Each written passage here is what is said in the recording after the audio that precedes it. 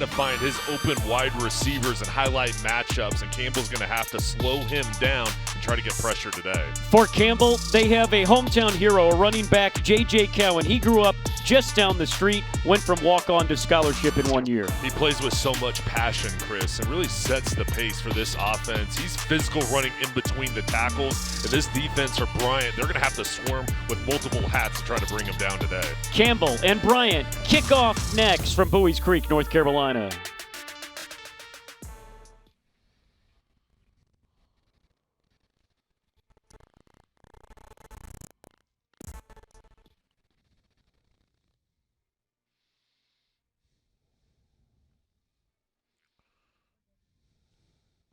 Thanks, guys. Thank you, guys.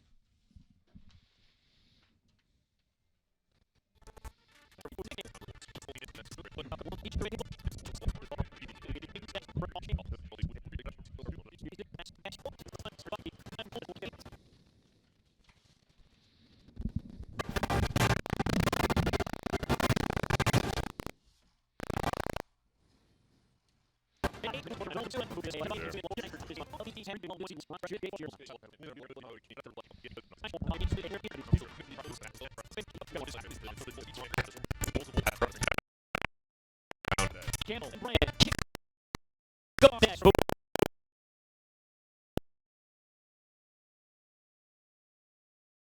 Creek, North Carolina.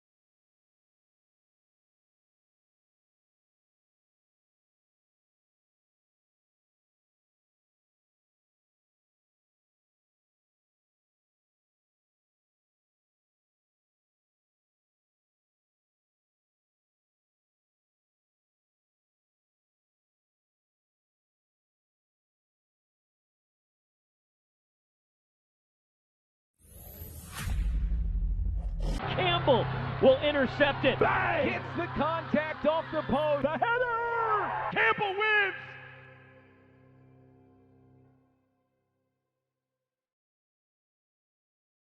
Tonight, under the lights at Barker Lane Stadium, and all the way from Rhode Island, Bryant makes it to Buies Creek for the first time. What an individual matchup we have tonight. Michael Audie, he's a quarterback hunter for Bryant in the top 10 in the nation in sacks. But Campbell's QB, Camden's six killer, is tough to bring down. Scrambling or standing in, he has completed 68% of his passes this season. It's only the second time these two teams have faced, and for Campbell, there is only one mission in mind.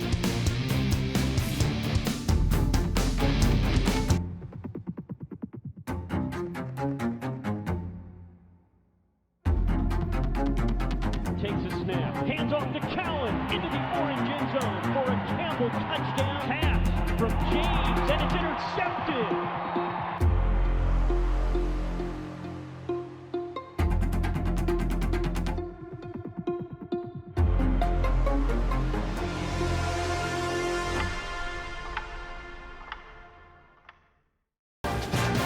It's a hot 88-degree day in Buies Creek, North Carolina, as the Bryant Bulldogs from Smithfield, Rhode Island, rumble into Buies Creek for this CAA clash. Hello, everybody, and thank you for tuning in alongside former East Carolina tight end Jay Sunhalter. I'm Chris Haymeyer. Both of these teams have rebounded well from disappointing seasons last year. Bryant's record shows it. Jay, so far this year, Campbell's does not. Yeah, each team has a lot of potential, and for Bryant, 2 wins in a row, and they feel like they're in a good place here coming on the road against the Campbell team. They're right on the doorstep of victory last week, and they feel like, hey, if we come out play well today, we can really get things rolling here. But it's going to come down to them playing clean in all 3 phases. Bryant has a sensational sophomore quarterback, Brennan Meyer. He is from Texas. He's a gunslinger, and he has already thrown for 800 yards this season. And 5 touchdowns through the year, and he's the leader of this offense. He's going to drive the ball down the field. He's going to try to find his open wide receivers and highlight matchups, and Campbell's going to have to slow him down and try to get pressure today. For Campbell, they have a hometown hero, a running back, J.J. Cowan. He grew up just down the street, went from walk-on to scholarship in 1 year. He plays with so much passion, Chris, and really sets the pace for this offense. He's physical running in between the tackles, and this defense for Bryant, they're going to have to swarm with multiple hats to try to bring him down today. Campbell and Bryant kickoff next from Buies Creek, North Carolina. Campbell University is beyond education. It's a transformational journey. This isn't just college. It's where purpose finds you. Where your calling isn't a question, it's a launch pad. Because at Campbell, we don't just learn. We lead, we serve, we show up. Campbell University, make it matter.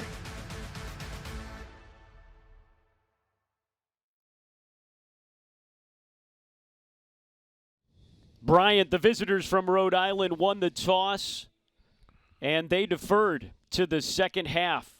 Campbell in all black, Bryant in white. These two teams met 4 years ago, oddly enough, in the Big South.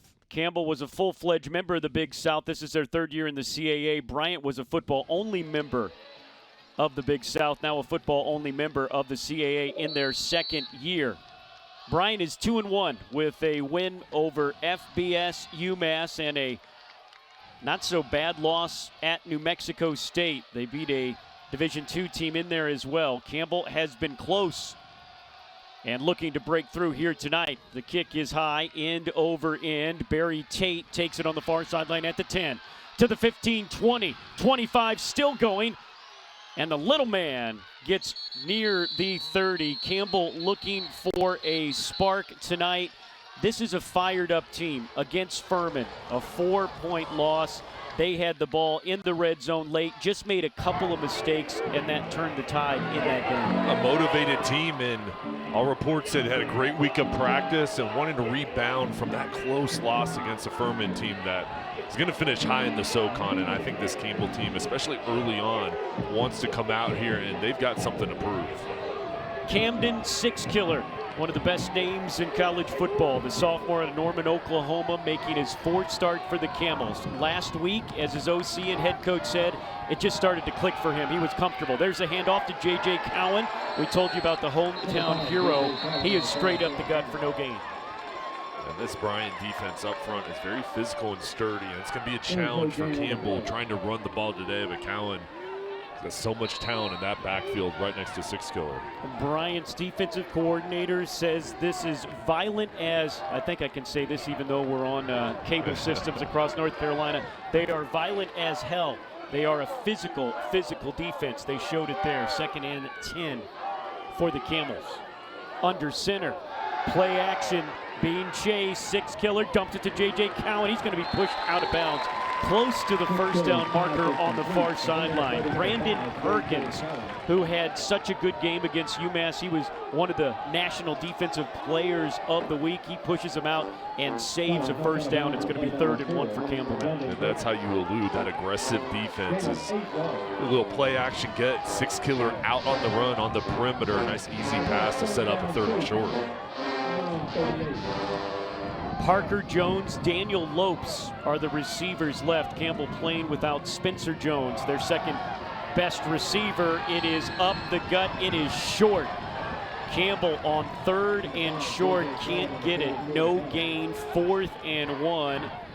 And an early decision made by this Campbell team.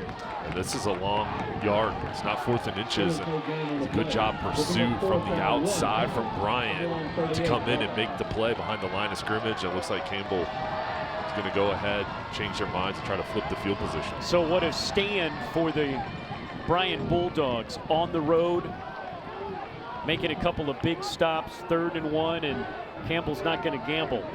They have a pretty good punter in Aiden Bondi. Bondi standing back at his 25, averaging just over 30 yards per.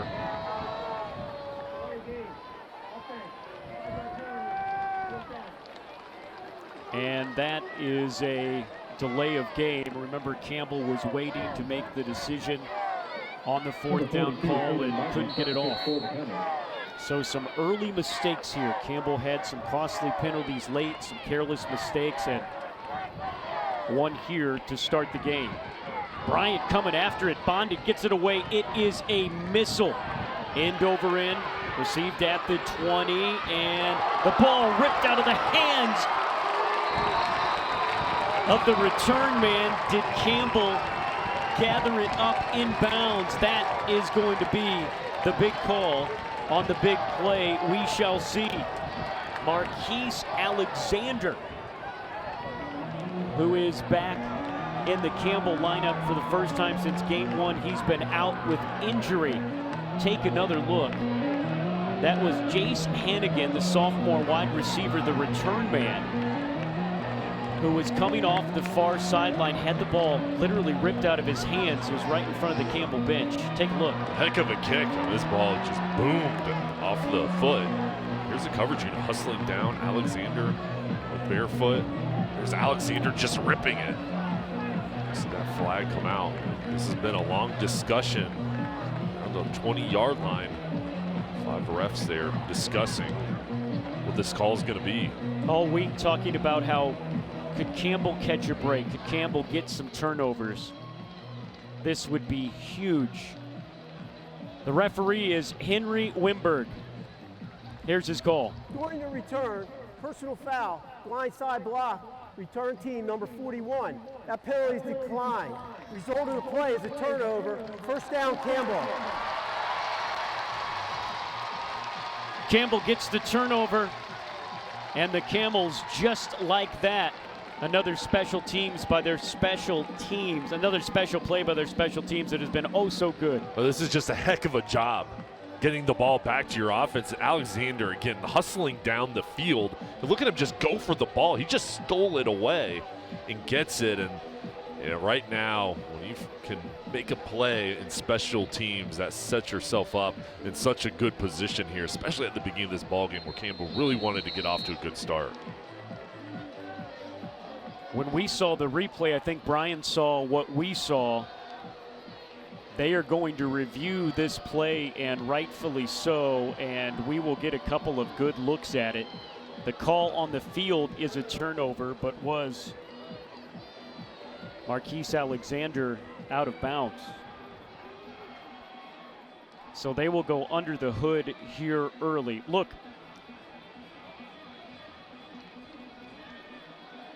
a momentum shift indeed. And as we take a look at it, when you look over, the ball is ripped out, but look at where Alexander is standing. You know, that's interesting because it looks like the ball's coming out before he goes out of bounds, and then he kind of comes back in and gets it, you know? So from the naked eye, it looks like, okay, there's something there, but watch here. The ball's out. Yeah, it sure looks like the ball is out, and then Campbell would recover it. Doesn't matter where you are on the field there. Not an interception, remember, we're talking a fumble. See, the ball is out right now. Yep. His foot's out, but then he gets it back in. Now, is that going to be enough? Yeah. To change a decision, we'll see. Interesting, too, of course, because ball going out of bounds, the possession with the return team. A big play here early, and we have already had some fireworks here.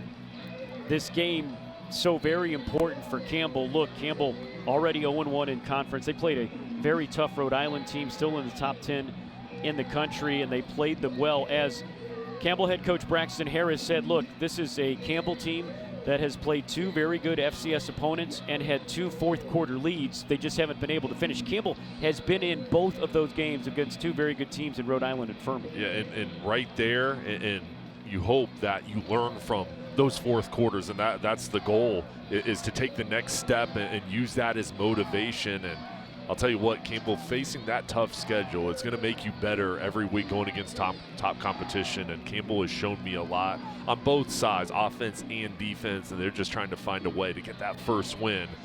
Again, I've talked about getting off to a good start, I think, is so important here in front of your home crowd. Especially because they were worried a little bit about the hangover with that Furman loss. Look, Coach Braxton Harris said, there's no other way to put it.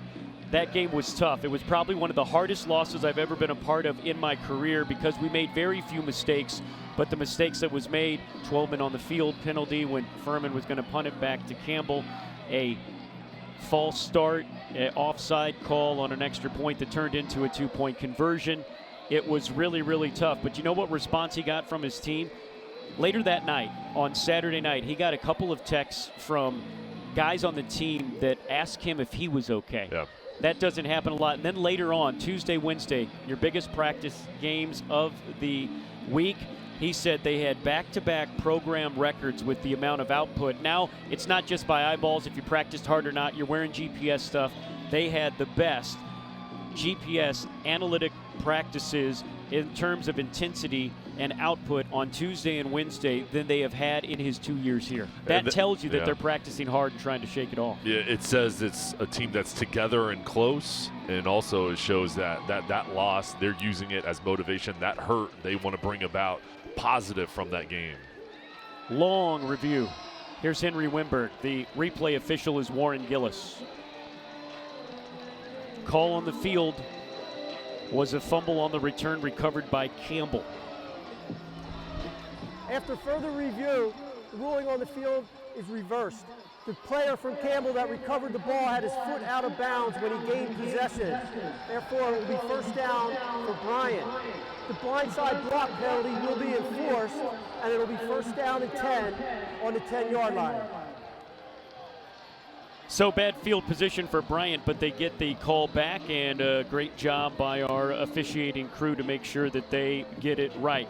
Here's a Campbell defense. They are one of the best in the nation, 21st in all of FCS. As far as rushing defense goes, just 117 yards per year. It's been the pass where they've had some problems giving up over 315 yards per game. And here today, I think the secondary's goal is to try to keep everything in front and lean on that front seven to stop the run, but also get a pass rush. Easier said than done when Brennan Meyer is your quarterback. But the first play will be a handoff straight up the middle. That is Elijah Elliott.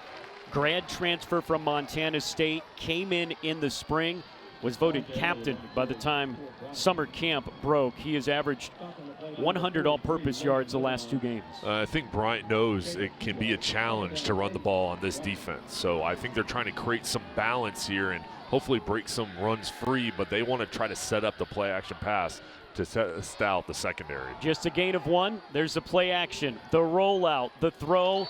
Too tall for Zaheem Kalik. That is one of his main targets. Brandon Guzman, Campbell's all-CAA preseason corner, was there in coverage. And Guzman, one of the best back there. He was stride for stride in coverage, and that was a difficult pass, rolling to the opposite side of your throwing arm, and the defense doing their job at setting up a 3rd and long. 3rd down. Campbell's defense has had trouble getting off the field with 3rd downs. This would be big as Bryant would be forced to punt from the orange end zone. 3rd down and 9. Meyer, 5 TDs, 4 interceptions, 760 yards. Throws a strike up the middle to Doe, close to the 1st down marker. One of his other big targets, Aldrich Doe, 6'3", 195. That's his 11th catch of the year. And it is going to be short. Nope, they're going to give him the 1st down. So right at the sticks, he has a 1st down, and Bryant can breathe. Meyer, sophomore out of Frisco, Texas. Campbell's head coach, Braxton Harris, recruited him out of high school. He liked what he saw when he was a youngster. He doesn't like he's going to have to play against it today. Thrown to the wide side of the field, looking for his running back Elijah Elliott. Incomplete. Donovan Fillard, Campbell's corner on this side, was there in coverage. And Brendan Meyer feeling some pressure from the defense, getting into the backfield, and that's got to be the plan for this defensive line. That's going to rotate guys to stay fresh, is try to force Meyer to be uncomfortable and move him around in that pocket, get him off his launch angle. Campbell's defense very good against the run. That defensive line has played well. Just 1 sack for Campbell this year. On 2nd down, heavy formation. Somehow Elliott gets through it with a 2nd effort, so he was met a couple yards past the line, but he's able to get forward for 6 yards. 3rd down and 4 now for Bryant. Another 3rd down conversion try for this Bryant offense. Elijah Elliott against this defensive line, 5'10", 190. He is shifty. This could be a possible run for Bryant, too, with his talent in the backfield. Campbell has to be aware of the run, but, of course, keep everything in front. That's a look at 43, Logan Liverman, one of the top tacklers for Campbell. On 3rd down, the whistle and the play blown dead. Flags fly. It's a false start on Bryant. A couple penalties here early on for Bryant. False start. Offense. Not all players set prior to the snap. 3rd down. Makes it tough 3rd and 4, and even tougher 3rd and 9. See at the top of the screen, wide receiver was not set. Good call by the officials. Bryant has picked up 41% of their 3rd downs so far this season. They are 1 for 1 so far tonight. 3rd and long. Meyer rolls left, throws, it's complete, short of the 1st down marker. A flag flies down. Elliott makes the catch and gets pulled out of bounds. There's a flag in the backfield. There's a flag on the far side number. Lakeem Rudolph was there to make the stop. We'll see what this is all about. There has been laundry on the field early. Henry Wimberg has been a busy man.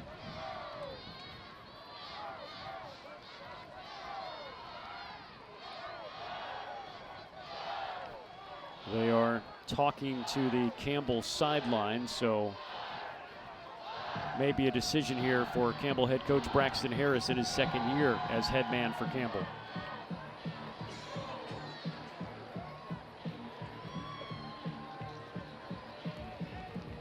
Illegal formation.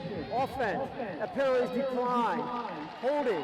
Offense. Number 32. That penalty is declined. Result of the play. 4th down. So they'll decline both penalties. And Campbell's defense holds.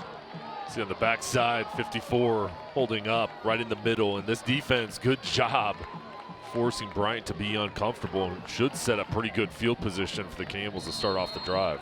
Kristen Caraglan, St. Thomas transfer, averaging 40 yards per. Very little wind here on a warm day that is turning tonight in Bowies Creek, North Carolina. Barry Tate is back deep to receive for Campbell. The punt is short and fair caught up at the 40-yard line, as Campbell will have the ball with good field position when we come back. A lot of flags to start with. No score. Campbell with the ball after these messages.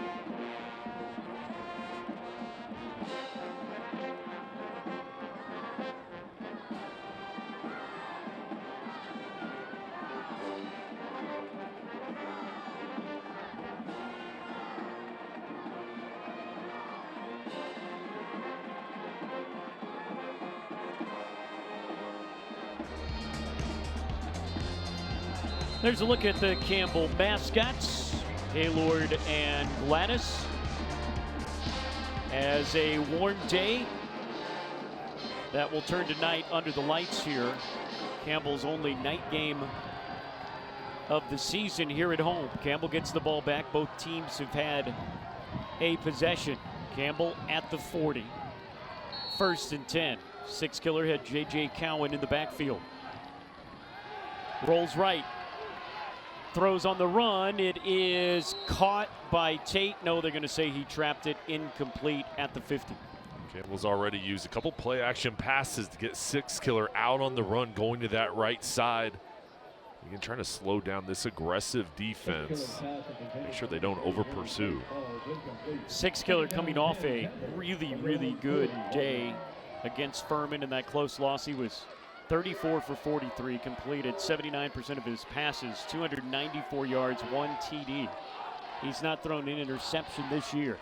2nd down to JJ, left side. O-line's going to push forward for 3 more yards, setting up a more manageable 3rd and about 4 for Campbell. Campbell with some injuries on the O-line. Freddie Pelling, their big left tackle, out 4 to 6 weeks with an MCL sprain. So they move their starting right tackle, Dante Jones, over to left.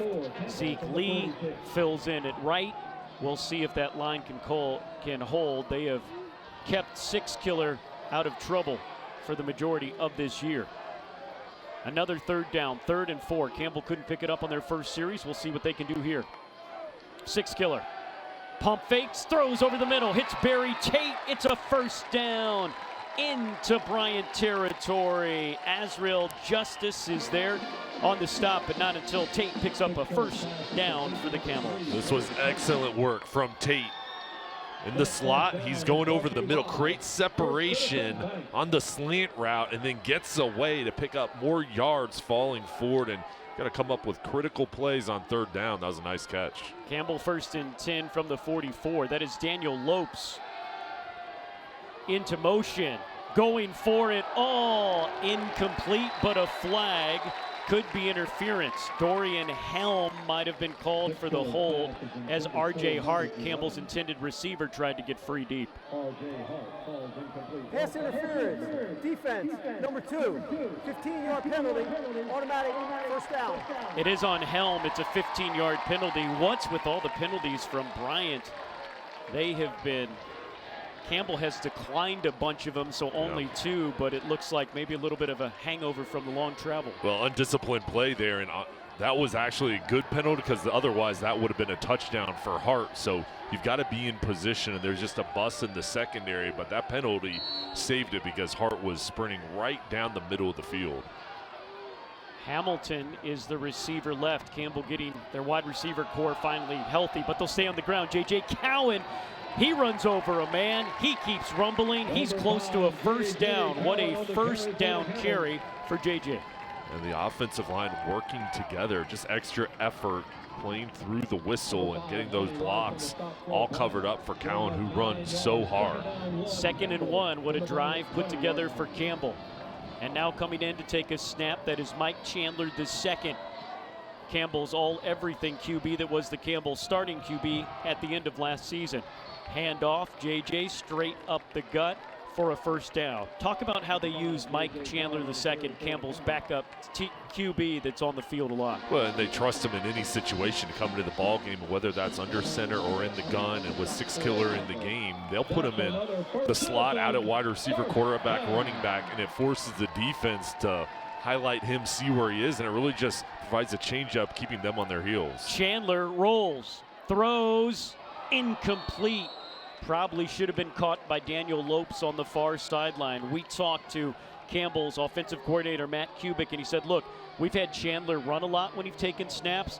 Remember, he was a pretty darn good thrower at the end of last year when he started the last half of the season for Campbell. He can throw, and he showed it there. He's got a strong arm, and they trust him throwing the ball down the field, too. It's not short passes. It's his arm strength. He can drive it, and now they'll go back to 6 killer in at his quarterback position, and Chandler down at the bottom of the screen in the slot.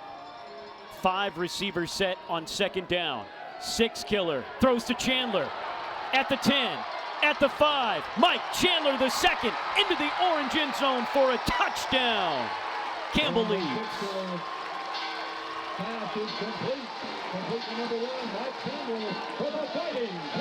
On cue, the man that can do it all does it all. And that was a great play call from Matt Kubik.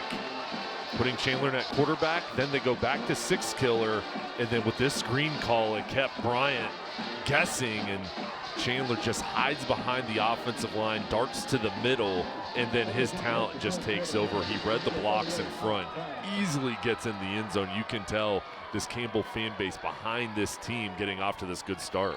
The 2nd touchdown of the season for Mike Chandler II. Alex Crabb has been perfect, field goals and extra points. He puts this one through with 7:45 left to go in the opening quarter. Campbell strikes first, leading CAA foe Bryant 7-0.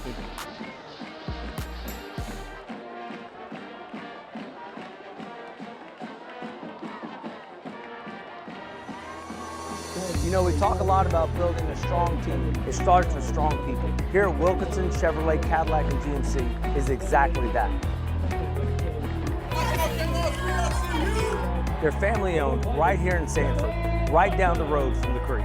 Every season, Wilkinson puts me behind the wheel of a brand new vehicle so I can focus on what matters the most: our program, our team, and our next win. Wilkinson, Cadillac, Chevrolet, and GMC, pushing the Fighting Camels forward one season at a time.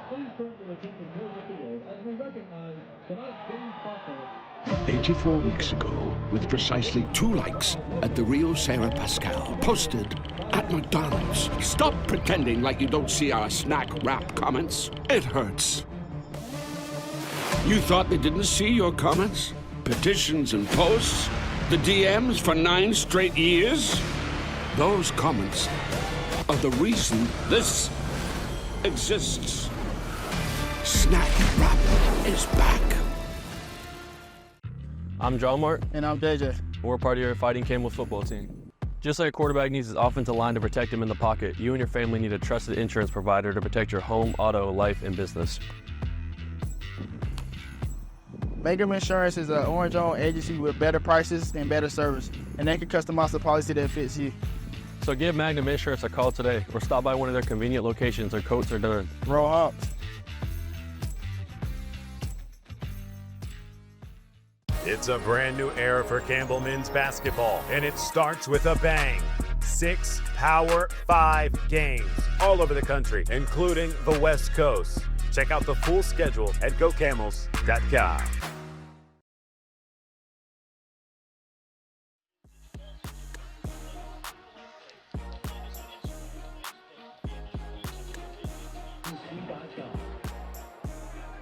What an impressive drive for Campbell. A couple of third downs picked up.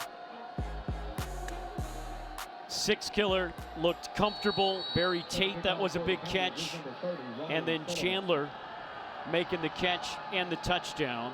Impressive for Campbell as the Camels go up 7-0. Riley Sullivan has been sensational as the kicker usually does that. Kick him all the way into the end zone for a touchback. And that's where Bryant will have it as we start things out at the 20. With Jay Sunhalter, I'm Chris Haymeyer. Lyndall Suggs is down giving you the pictures. Impressive for Campbell. They needed it. Yeah, great start in offense and defense, making plays. And I'll tell you, balance on offense on that last drive, mixing in the run with the pass and really stretching out this defense sideline to sideline, but also going vertically down the field. And Bryant, uncharacteristic here with their penalties they've had. They've caused themselves some bad spots as far as behind the chains and helped out Campbell. This is a Bryant team that's not going to get rattled. They have been behind before. Meyer throws a high arcing pass deep downfield. It is incomplete, but a flag is thrown intended for Colic. Donovan Fillard is going to get called for the foul. That just gave you a little bit of taste of the arm and accuracy of Brennan Meyer. And they're testing it out here, going deep. And here's Fillard. I'll tell you what, he disagrees with that one. Defense, number 12, 15-yard penalty, automatic, first down. So does the crowd here that just saw the replay up on the video board.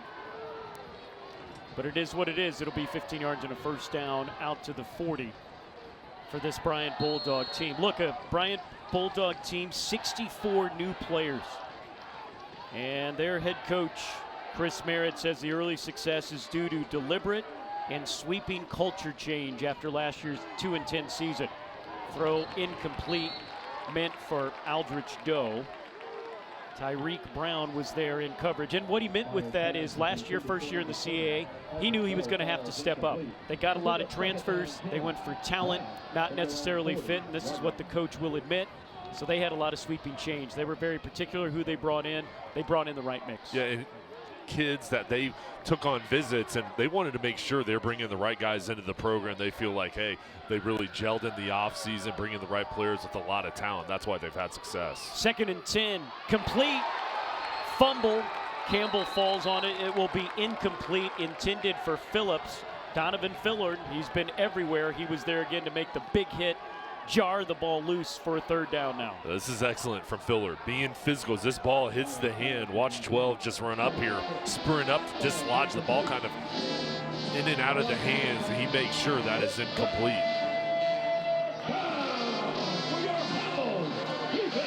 3rd down. Campbell's defense trying to make another stop here. And Bryant needing a first down to not give the ball back to the red-hot Campbell offense.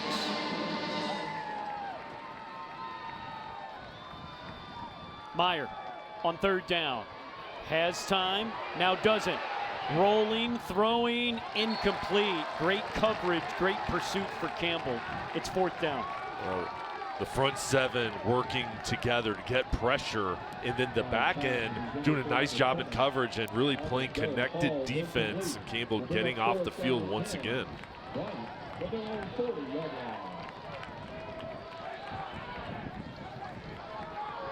Campbell has Tate and Guzman back deep. as they get ready for a punt. Another look. And Brendan Meyer keeping his eyes up, doing everything he can to stretch out the play, give his wide receivers chance. That coverage, though, spot on the back end. Carraglan, no rush this time. Campbell playing for the return. That's a really good punt. Tate gets it at the 20 and is enveloped.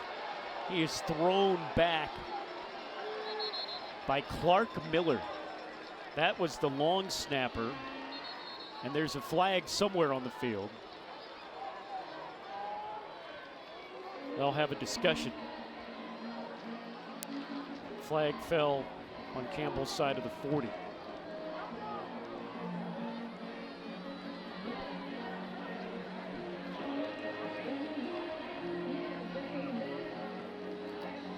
What have you liked that you've seen from the Camels in this first quarter so far, Jay? Well, I mean, the biggest thing is just the intensity that they're playing with, and you can tell they've come out here and played hungry and given the extra effort, and I think you can see that on special teams.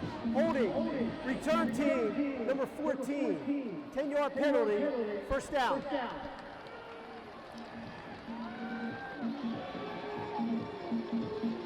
Carlando Crump called for the penalty, the third of the game for Campbell. What a hit. Credit Barry Tate with hanging on to that one. That was a hit and then a suplex. My goodness.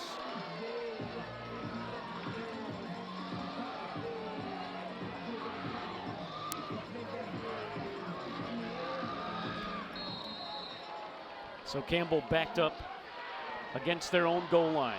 Six killer at center. Lawrence is the back to his left side. Fakes a handoff, throws over the middle, and it's incomplete.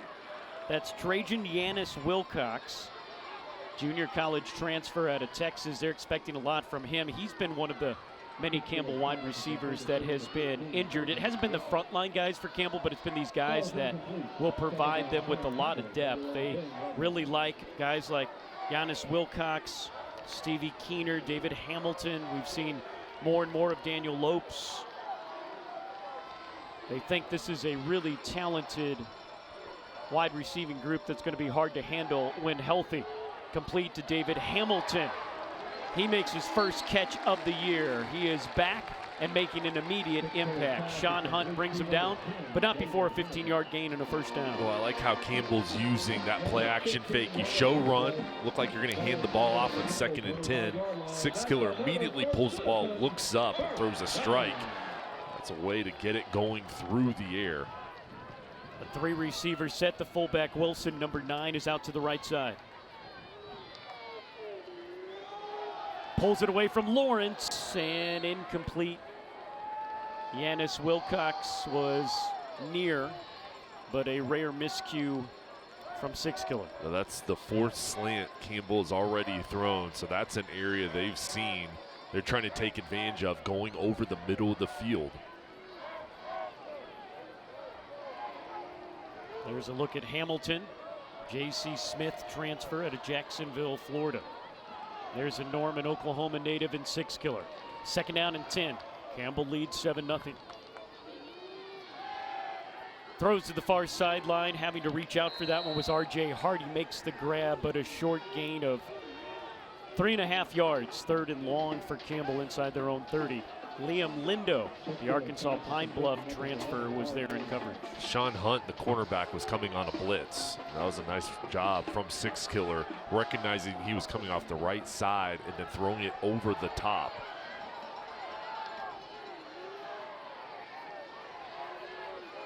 Campbell 2 for 3 on 3rd downs so far in this game. Can they keep this drive going? Six Killer on 3rd and long, has time, takes it himself, up the middle, has the first down, carries a couple of white jerseys with him. We have seen him scramble when needed.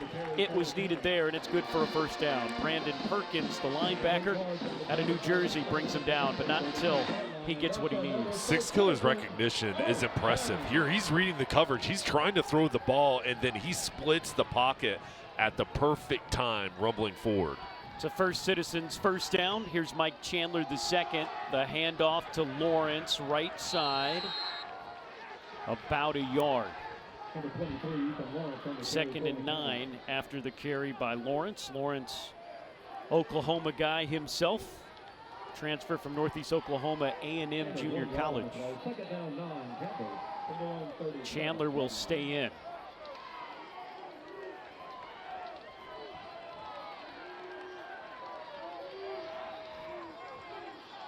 Chandler, the pitch. Lawrence, good hole on the outside, past the 40. Will bring up a manageable 3rd and 4 for Campbell from the 42. Parker Jones on the outside had the key block there to stretch out that run, and Campbell, the Sis Killer, back in the ball game. They're going to go 5 wides, where he's been able to kind of send the pocket and find the matchup he wants. We'll have the tight end, Wilson, in the slot right, Chandler in the slot left.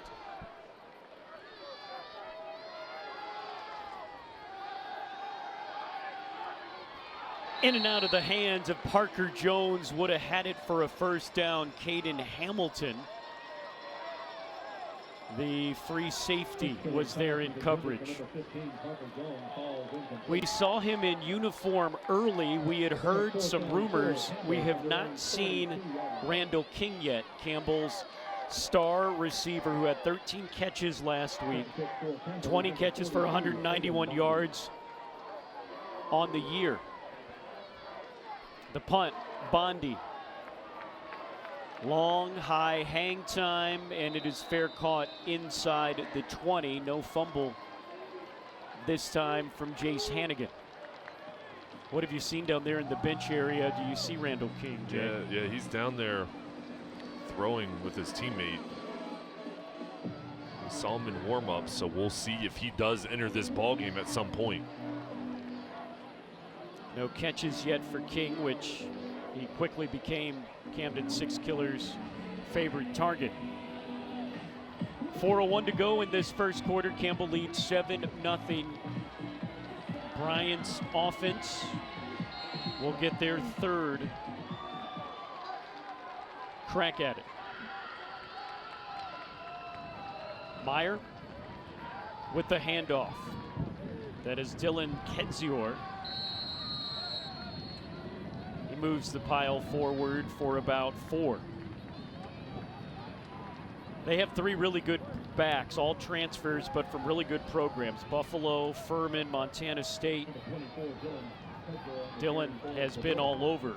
Hutchinson Community College, then Buffalo, where he was injured and did not play, and they feel that he's a real home run threat if he can get free and get loose. See if they go back to him here on 2nd and 6. They do. Moves the pile. 3 yards, make it 4 yards, a manageable 3rd and 2 here. All 3 of those backs, Chris, are veterans. Guys that have played a lot of college football, and they really complement each other well in this offense, bringing something different to the table. Another 3rd down for Bryant, trying to avoid giving it back to Campbell again. They're just 1 of 3 on 3rd downs today. Meyer just 2 of 7 through the air. Handoff. Bouncing and pinballing and squirming his way is Kedzior for a first down. Needed 3, got 4. He just found a way, and you're right, just kind of slipped through and fell forward, knowing where that first down marker was to move the chains. Bryant needed that, and now give their defense a blow and see what they can do in the final 2 minutes and 20 seconds of this choppy first quarter. A lot of flags. Meyer throws deep. Caught to his favorite target. Zaheen Kalik makes the huge catch, the big gain. Brandon Guzman was there with him step for step, but this was a sensational throw. Kalik just sprinting. It was a skinny post coming on the right side, and that throw off one leg with the loft. Perfect connection to Kalik and this offense, driving the ball down the field. First down Handoff Elliott, skips a man, gets inside the 20, inside Campbell's red zone. Elliott on the run, Bryant trying to tie this thing up. Yeah, Bryant just being aggressive, going back to that last play. They're testing out the secondary, and then now trying to play a little bit up-tempo, changing the pace. Trying to catch Campbell on its heels. It's 2nd and 5. Now they'll pause. Doe's the receiver to the left side. Number 8 who just made that big catch. Kalick the receiver right. Handoff. Elliott immediately smothered. Coming up to make the stop, Ebenezer Badada. Back up defensive end. Stops him for no gain. 3rd down and 4. Campbell's defense has to expect play action here. If I'm Bryant, going with the heavy set, I'll try to find the ball to one of my big wide receivers on the outside. Carter Newman, the tight end, in motion, handoff to Elliott. No, play action, throws, complete, touchdown, go! Great motion in the backfield. And Doe open at the goal line. Bryant strikes back. And Chris, they were showing run here. A heavy set. Watch Meyer. There's the play action fake. Quickly turns his feet, and Doe run a skinny post. He knew exactly where he was going with the ball, and Doe won, getting inside leverage for an easy touchdown. Meyer's 2 favorite targets, Doe and Kalick, comes up big, and now they're going to go for 2.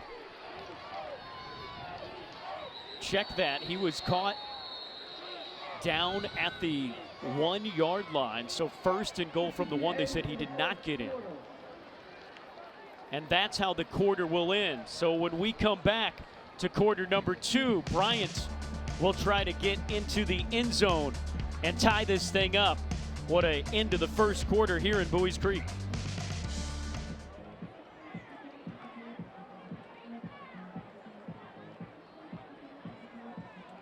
Never miss a moment of CAA football action with Flow College.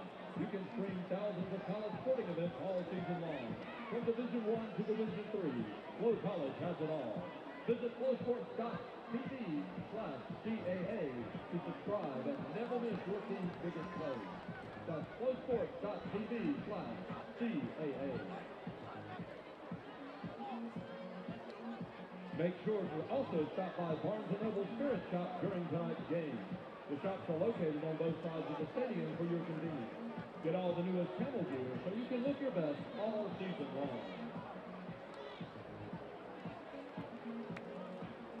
Camel fans, you can now purchase player merchandise online by shopping at athletespread.com. Browse a wide selection of NIL gear from your favorite Campbell athletes, including replica jerseys. For more information, visit athletespread.com.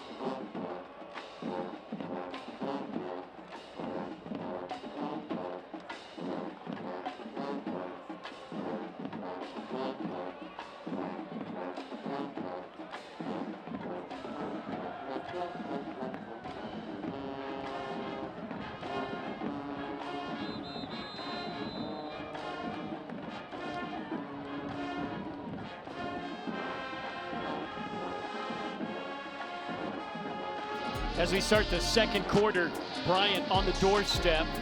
Kalick with a 48-yard reception. Doe with this catch. Everybody in the stadium thought he got in. It's a good call, and he's downed at the 1. Elliott's the back. No signal yet. Second effort, and he stops in his tracks. Number 11, Elijah Elliott on the 2nd and goal from the 1. That was a good job from Campbell, stopping Doe right on the 1 yard line and forcing Bryant to try to have to score it here. And their defensive line standing strong on that first down, being physical up front. Bryant trying to punch it in and get within 1 here. Second play of quarter number 2. Kedzier, the back. Kedzier walks into the end zone for the touchdown. Check that, Meyer takes it. After the fake, Meyer takes it himself. The QB punches it in. His first rushing touchdown of the year. An impressive drive for Bryant to get within 1.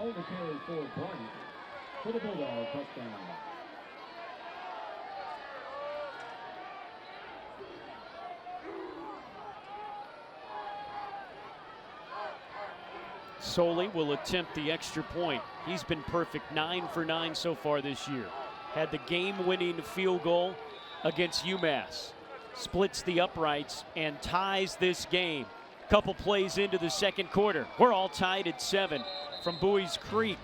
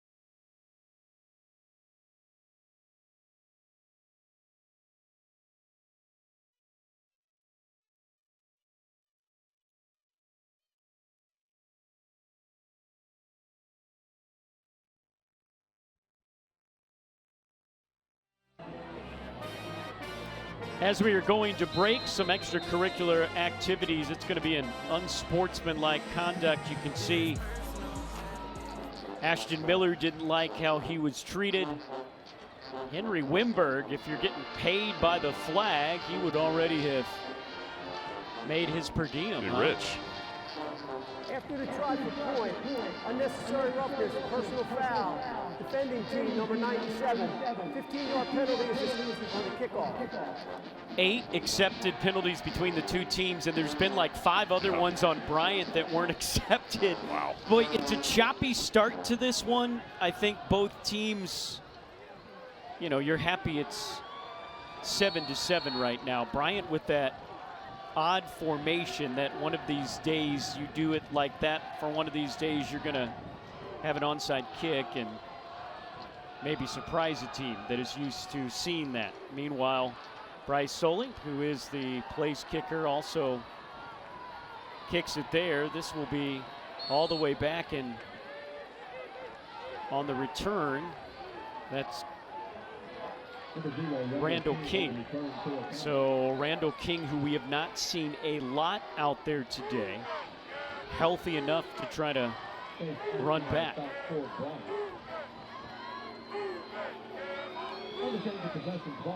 So it's a 9-yard run back. Boy, a little bit of a choppy, hard to get into a flow. Both of these teams have put together 2 pretty good drives, but other than that, there's been starts and stops. There's been a whole lot of everything. Not the cleanest first quarter we've seen, partner. Yeah, and Campbell 86 total yards in that first quarter, and it's the penalties on both sides have just made it hard to get momentum, so I'd expect each team to settle in.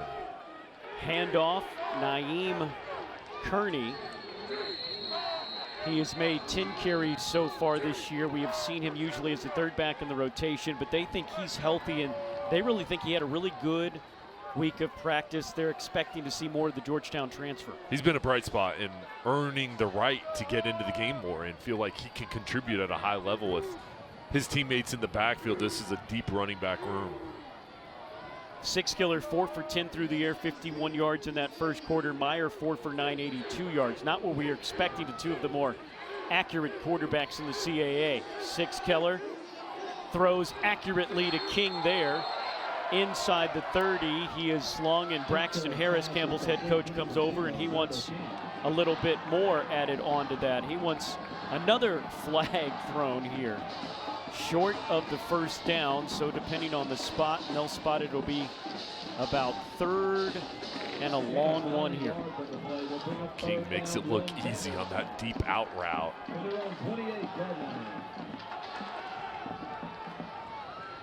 J.J. Cowan is the back. It is 3rd and 1. J.J. runs into the wall, has enough for the first down. Gain of 3, first down for Campbell. Yeah, the reason J.J. Cowan's in the ball game is because of the physical nature that he runs with. And even if there's not a crease there, the coaching staff feels like he can find a couple of yards because of how low he stays and how he's looking for contact. And he does enough to push the pile forward and move the chains for the Campbells. Braxton Harris said the running game has been efficient. They want it to be explosive. So we'll see how often they keep going back to the run on this drive. We are tied for the first time today. Six-Killer, play action, hit as he throws. It's on the deck, recovered at the 30. Is it incomplete? They will say no. It's a fumble, and Bryant gets the ball back. Maximus Villar, grad student out of Miami, Florida. He comes around and makes the huge hit right as Six-Killer was getting into his throwing motion. He won on the right side, beating the tackle, dipping and ripping, and as Six-Killer was moving up in the pocket, he could feel that pressure. He couldn't get it off in time. I was going to say,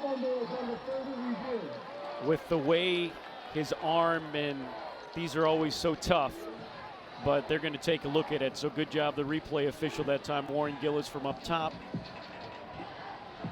He wants Henry Wimberg, who is always seemingly having to go to the replay monitor from about 80 yards down the field. He's not only earning his money, he's getting his steps in. What do you think, Jay? Is there enough to overturn it? I think this, let's see, 50, that's Villar right here winning. Is he in throwing motion? That was a heck of a play. Close. It is close. That right arm is moving up, but is it going forward? Is there enough to overchange it? Here's his arm right there. It's going up in the air right there, and then he hits it. Great shot by our video crew there on the sideline. Judgment call. Yep. What will he see? Let's talk about this Bryant team. You know, the early success, we talked about it. They had deliberate and sweeping culture change. It takes a lot for a head coach to admit he made a mistake, and he admitted to us. He's admitted to his team he made a mistake last year, and building this program, they knew that they were better. They lost 19-3 at New Mexico State to open the season against an FBS team. It really should have been a lot closer than that score-wise, so they played that game really tough. And then taking on UMass, had to come from behind a couple of different times, ends up winning with a field goal after they had a field goal kicked against them, 27-26. And he said, you know what that did?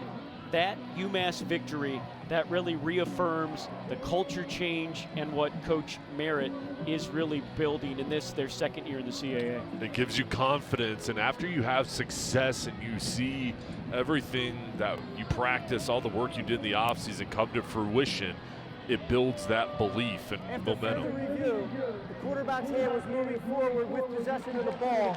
Therefore, it's an incomplete pass. It'll be second down on the 31-yard line. So Campbell will get the ball back. 2nd and 10 from the 31. We'll see it one more time. And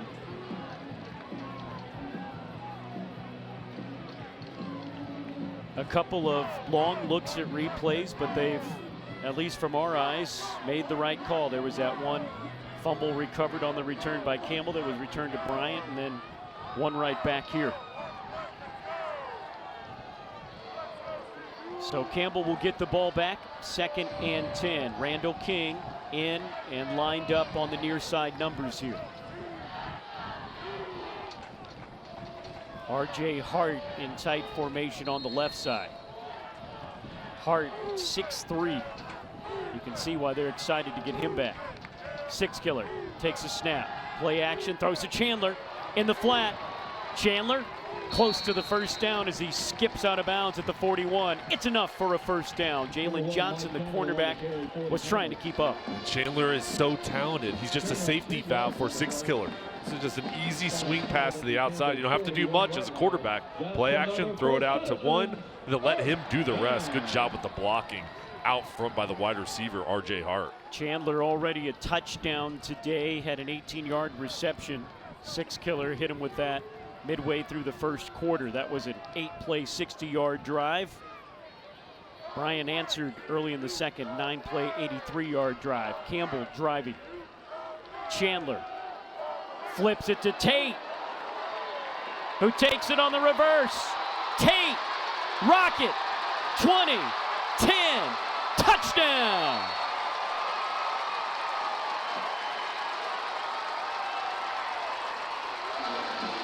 Wow, 59 yards, and Campbell has the lead again.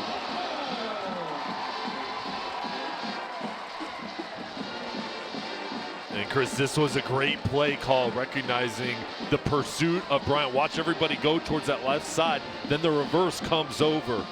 Excellent blocking by the offensive lineman and wide receivers down the field, and Tate, Randall King just jogging into the end zone. Barry Tate, 5'10", 155 out of Greensboro. He showed his speed, and he put Campbell up. 14-7 the score. Jay, we had talked about it as we have gotten to watch this Campbell team a lot this year and how they use Chandler. You could almost tell they were being very vanilla with Chandler to set up some stuff a little later in the season. They certainly set something else here. The drive shows you Randall King with his reception there. And then Chandler with a big first down. And then Chandler at QB. He's going to run it, right? Not so fast. Tate has it, showing you why a guy that size can play Division I football when you got speed like that. He's got elite speed, and you get him the ball in different situations where he's got an open area to run, and with that misdirection, the whole defense flowed over to one side of the field. Then he comes back. He's got area and a crease with the blockers up front. They did their job, and that's those spark plays that Campbell has shown throughout the year where they've been able to get different guys open where they can really highlight their talent. Sullivan launches this into the orange end zone, and Bryant will start with it out at the 25. 6-play, 81-yard drive that took 2 minutes and 50 seconds. 59-yard TD for Tate and Campbell. Offense really showing a lot of variety today, Jay. They are, and if you're a Bryant defender, what have you taken away? What can you do to slow down this offense? Because they're mixing that run, the play action pass, throwing the ball over the top, then going side to side, then with the reverse coming into play here. Right now, Matt Kubik is calling a great game. This offense is really playing with rhythm. Kedzior is the back. Meyer hands off to him. Right side, big hole, shows the burst of speed. Logan Liverman one of the leading tacklers on this Campbell team, brings him down, but not until a gain of 6. And for Bryant, they've used opportunities with that play action to drive the ball down the field, and that's what Campbell's secondary has to be prepared for. They cannot get their eyes in the backfield. They've got to make sure they play deep, especially on 2nd and medium. This is an opportunity for a play action. 2nd and 4. And line up in the I formation again. Play action. You called for it. Meyer can't find anybody. Now he does. Last second. Batted away. Alexander back from injury after being on the sideline for 2 games. The grad transfer out of UC Davis. Alexander fast in the secondary as Bryant is using the play action. Meyer going over the top. Here it is. There's the ball fake. Looking all the way down the field with Campbell and Alexander jumping in front of the passing lane to knock him down. 3rd down and 4. Put Levi Wilkins, the big tight end, in motion. Somehow gets away. Somehow completes. What a catch from Tristan Riley. The 5th-year grad student has spent his entire career at Bryant. His coaches call him a Bryant guy. He is the main target for big 3rd downs, and Meyer hits his man again. And Riley having the focus to continue on that route, get his feet in bounds, and Meyer lofting the ball over the top. 1st and 10. Back to the ground again. Decent hole again. And a gain of 4 from Kedzior. JoJo Pace, Campbell's leading tackler, makes a stop. And for Bryant's offense, the defense gives up a big play and you're down 7 points. If I'm in that huddle, if I'm in this group, I'm looking for a response of myself and make sure you really set the pace up front of the offensive line. Try to get the running game going. 2nd down and 6. Both offenses starting to click a little bit here. Kedzior stopped after a gain of 1. Another 3rd down, this time 3rd and 5.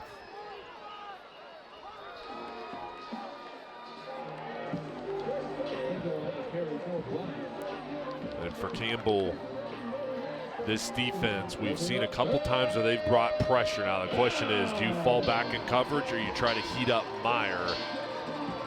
Right now the linebacker's playing close to the line of scrimmage. Looks like there may be a blitz. Elliott comes in. The rush picked up. Meyer runs for it. Close. They will spot him a yard shy at the Campbell 45. Liverman was there to make the 1st down saving stop. It is 4th and 1. Liverman coming up, sure tackler, forcing this 4th down, and no surprise, Bryant offense going to stay out on the field. You got to show your offense that you've got confidence and that they can pick it up. They are 1 for 3 on 4th down so far this year. Elliott is the back. To the right of Meyer. Hard count. Play clock under 10. If you're a defender, watch the ball. You can't jump off sides. Meyer won't get there. Busting through.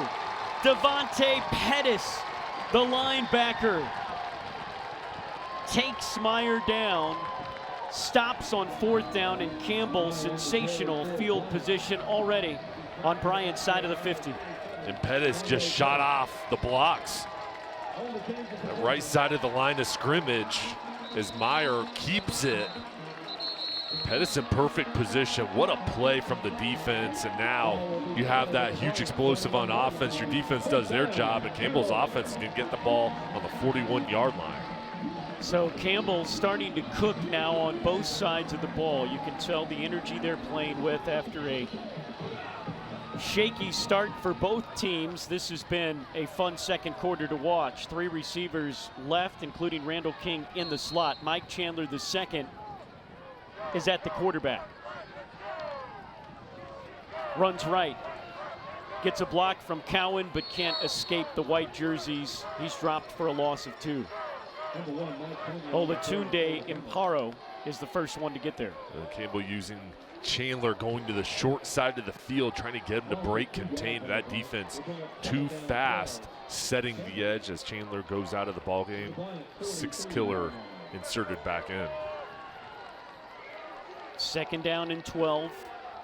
Six-killer comes in. J.J. Cowan, the one back. Jones and King, the receivers right. Yanis Wilcock, the receiver left. King across the middle to the 30, inside the 30. Randall King, he was hiding from everybody there in that first quarter. He has come alive here in the second. Yeah, trying to get him the ball, and he's a game changer for Campbell with his speed. It just looks so natural out there with his hands. It was a screen over the middle, and then he just takes off, eluding the tacklers, forcing multiple Bryant players to come over to bring him down. Campbell moving quickly here. 1st down, inside the 30. Six-killer surveys the whole field, dumps it to J.J. Cowan out of the backfield, a stiff arm, and pushed out of bounds near the 20. He'll stop at the 22. Good gain on 1st down. Six-killer, good patient that time. And this line, makeshift, losing their left tackle, having to move everybody around. They've been giving him time. Yeah, and they gave him enough time there to allow him to scan the field and then find the safety valve. King and Yanis Wilcox are the receivers on the upper part of your screen. In the slot is Parker Jones on the near side.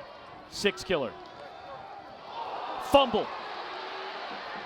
Bryant falls on it. There was a mistake in the exchange. You could see it. Six-killer was trying to pull it back. J.J. Cowan was trying to pull it forward. And Hollis Durstein falls on it. And Campbell, an unforced error there. A zone read, and that's when you either hand it off or you pull it, and those two guys just kind of tugging on the ball, miscommunication, and Bryant looking to take advantage of the turnover. Justa was there to knock it into the big fella's hands. Tough mistake there. You really got the feeling that Campbell had all the momentum with him. That gets stopped on their first turnover of the game. Can Bryant take advantage? Flag. Meyer throws incomplete, intended for Riley, but this could be a hold.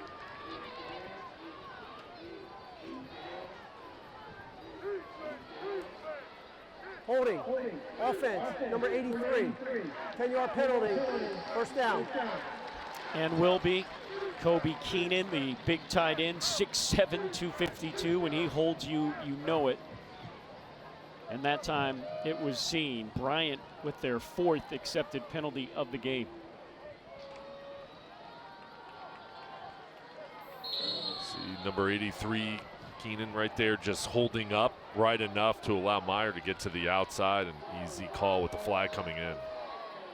Meyer, play action, escapes the rush, feeds it to his back, Elliott, and that could have been disaster. Instead, they're able to gain a little bit back. Anton Sampa with the big hit on Elliott. Campbell's defense settling in, and they're flying to the football. Even on these short completions, it's been hard for Bryant to get yards after the catch. Bryant with only 127 total yards today.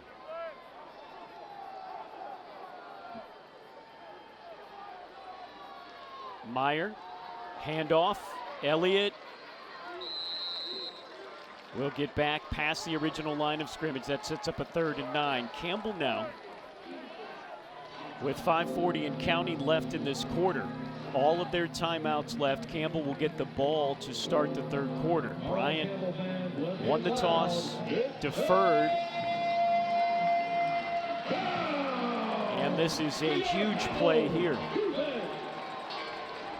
Can Campbell get the ball back? Bryant trying to extend this drive. The big tight end, Kobe Keenan, is in the slot right. They throw it to Elliott out of the back. Can't get what he needs. Gets a couple of yards, but 6 yards short of the 1st down marker. Again, Anton Sampa was there to make the stop. And that was a safe throw, and just trusting that your wide receivers on the outside could block, hold up, and allow him to get through for a 1st down. But Campbell's defense too physical, shedding those blocks and making the play. Kara Glenn will punt.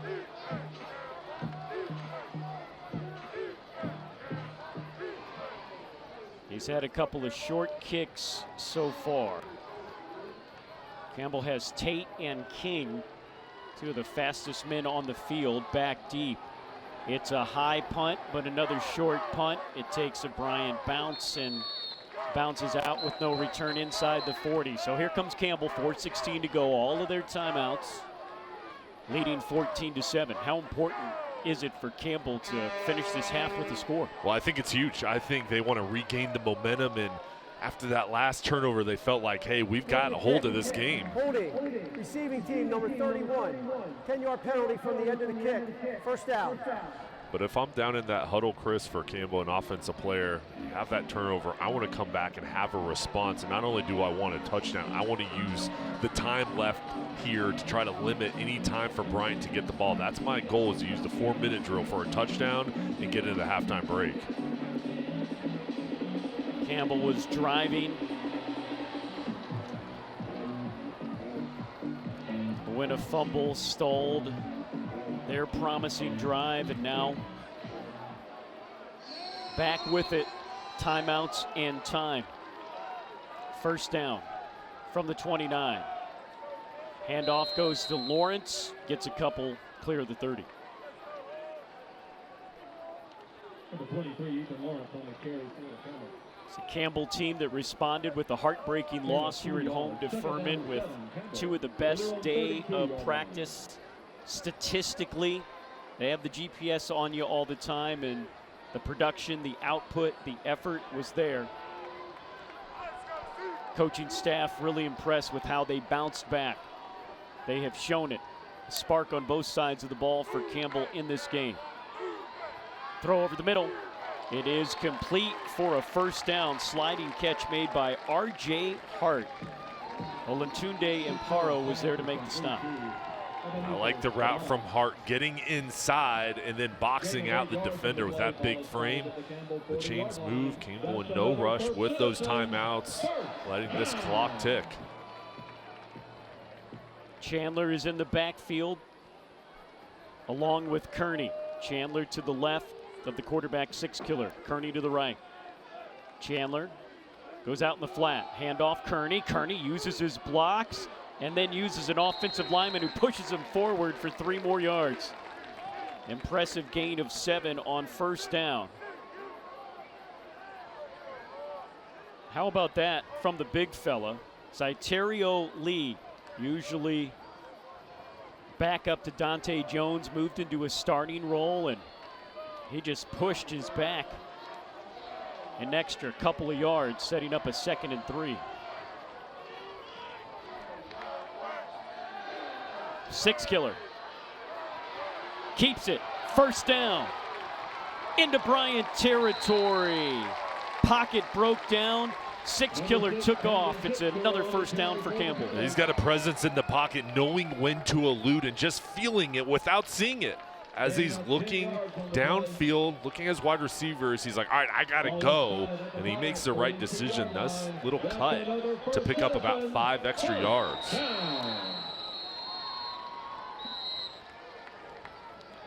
This is the 2-minute timeout. 2-minute warning. And an exciting second quarter here from Buies Creek. Campbell with the lead on the move. Under the lights at night here at Barker Lane Stadium. Do you love cheering on your fighting Camels? Imagine living just a few miles from Campbell University. I'm Maddie Dean with Mattamy Homes, proud sponsor of your fighting Camels. Mattamy offers several communities in Harnett County that could be the ideal place for your dream home. Explore our single family and townhomes featuring 2 to 5 bedrooms, up to 3.5 bathrooms, plus 3-car garage options, all created with your comfort in mind. Visit us today and see why a Mattamy home is the perfect place to call home. It's bow time. Breakfast, lunch, or dinner, the Carolina legend can make your tailgate a winner. We're talking crispy chicken, made from scratch buttermilk biscuits, and all the fixins to feed your crew faster than you can say touchdown. Let Bojangles do the cooking. Order your tailgate today. It's bow time. Should I be selling right now? I gotta get a bigger place. What's my house worth? What do you think? What's my my house, really. Do we need to renovate? How do I buy a house? What if I don't have time to see it in person? What is going on with this housing market? Don't worry. I can take the guesswork out of it.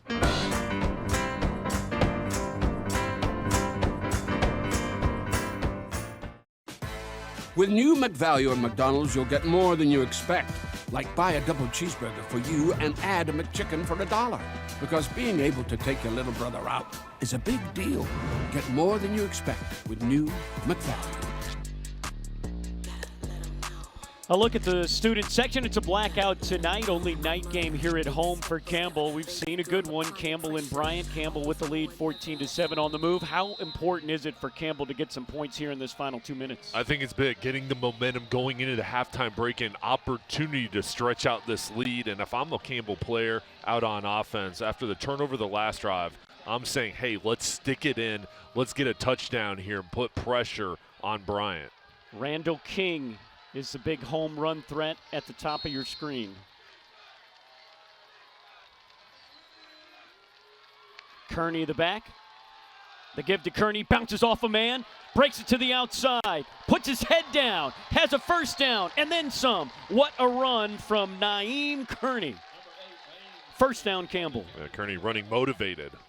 He's down there bouncing around, imposing his will, and I like how Campbell keeping the ball on the ground using this clock. A First Citizens first down for Six Killer and Campbell.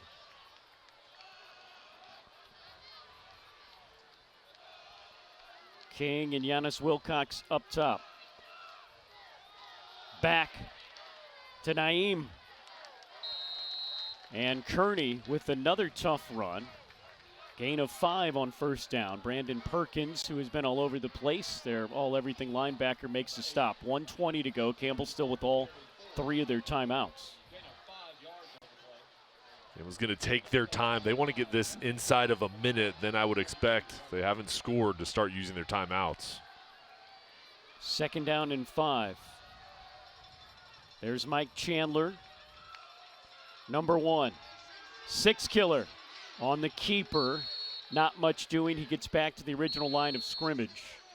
Campbell will use one of their timeouts right here. Third down coming up with 52 seconds to go.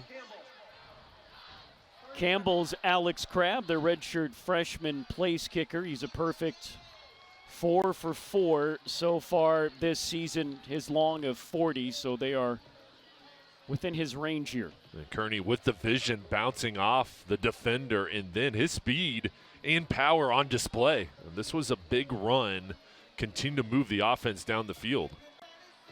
15-yard run, and head coach Braxton Harris said that he wanted to see some more explosive plays from his running back room, and he has seen that. Saw an explosive play, officially a rush on that reverse to Tate. Campbell on the ground, 132 yards. And Coach Harris has to be pleased with the intensity of his team, and you can tell how motivated they were from the beginning opening kick. Right now, he wants them to finish off this half the right way. King, Hart, and Jones are the receivers. Kearney, the back. Third down and a long 5. Final minute of the first half.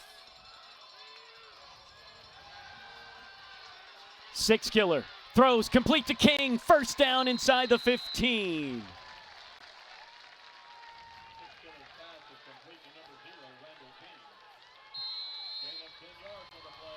They set the change, start the clock. Plenty of time for Campbell with a couple of timeouts in their pockets. Kearney, tough sledding that time, inside the 10 to the 9. Another timeout will be taken with 34 seconds to go on the clock. How have you liked Campbell managing the clock on this drive too? Well, the way this has really been about running the ball, using up this remaining 4:16 that was left on the clock when the drive began, mixing in the pass, and on third down with Six Killer and King connecting, you've got to know where your go-to guys on the field. Six Killer kept his eyes up, Chris, and stretched it out, and Here it is. We'll see a motion going across. And the six killer looking for King as there's a double crossing route, allowing King to get to the other side as he moved up in the pocket through a strike. This Bryant defense on their heels. And now still with the timeout left, 34 seconds, you have everything. You don't just have to throw it to the end zone a couple times. You can run it if you want to. We'll see what they do. 7 runs, 2 passes on this 9-play drive that has taken now 3 minutes and 42 seconds. Campbell will get the ball kicked off to them to start the third quarter.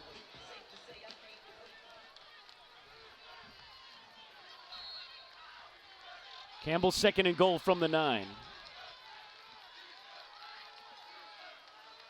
Chandler in motion. Complete. Touchdown. Randall King.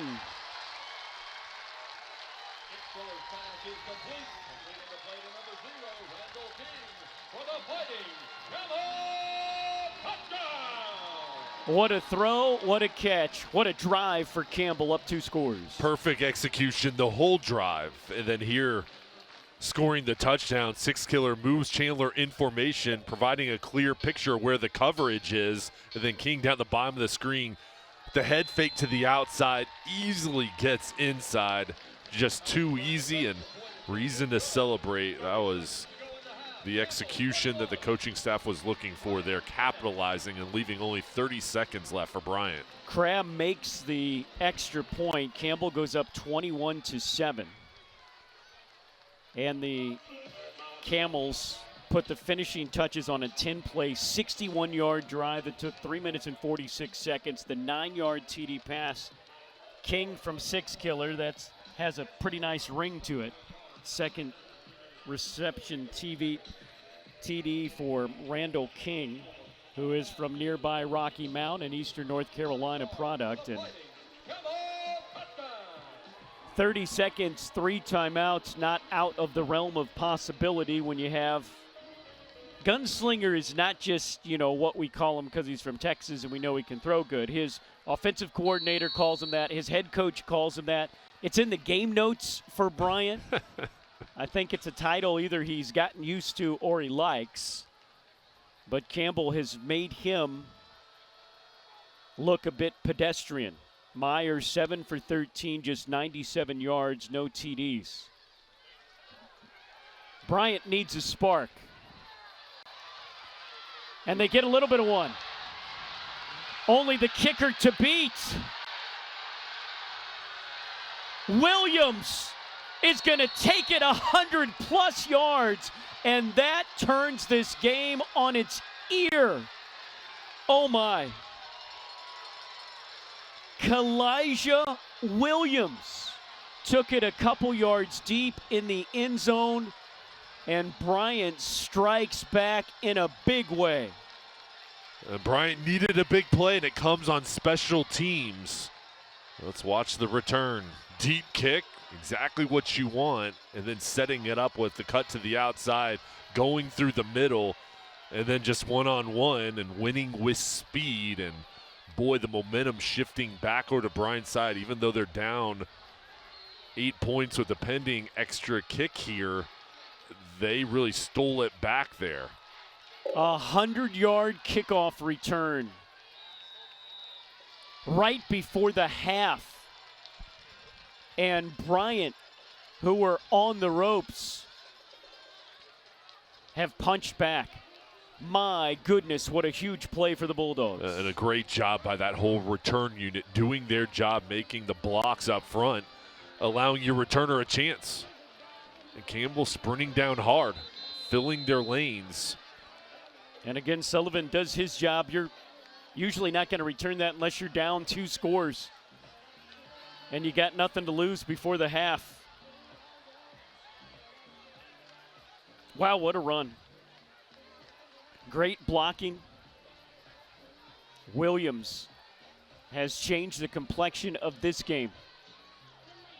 King and Lawrence are back deep for Campbell, and Braxton Harris, a head coach for Campbell, thinking about, again, like last week, there were a mistake on special teams, a mistake with a penalty on an extra point. a couple of big mistakes loom large. And certainly a great play by Bryant, a tough play by Campbell. And here we are, a one-score game again.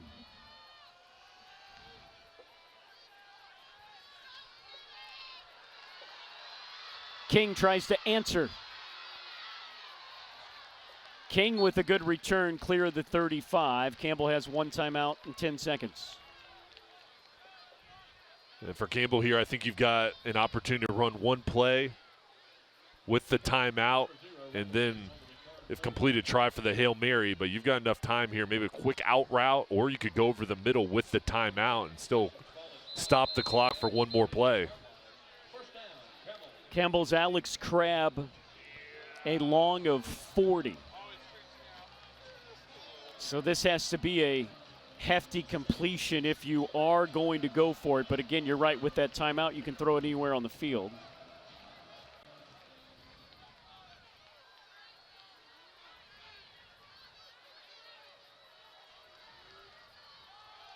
Campbell will choose to run. Bounce to the outside, and stepping out of bounds is Kearney with 4 seconds to go. That run serves the purpose. And now, I mean, get the ball at the 45, you can take a realistic shot into the end zone. That was J.J. Cowan on the run. And now you're right, what you've done with that run is you can, 4 seconds to go, you can set up a shot at the end zone and not have to worry too much about giving Bryant the ball back. King, Campbell's home run threat, is on the far side of your picture. And Campbell will talk about this one. Wow, a sloppy first quarter between the two teams. Campbell carried a 7-0 lead into the second. Early into the second, a drive was completed. It was tied.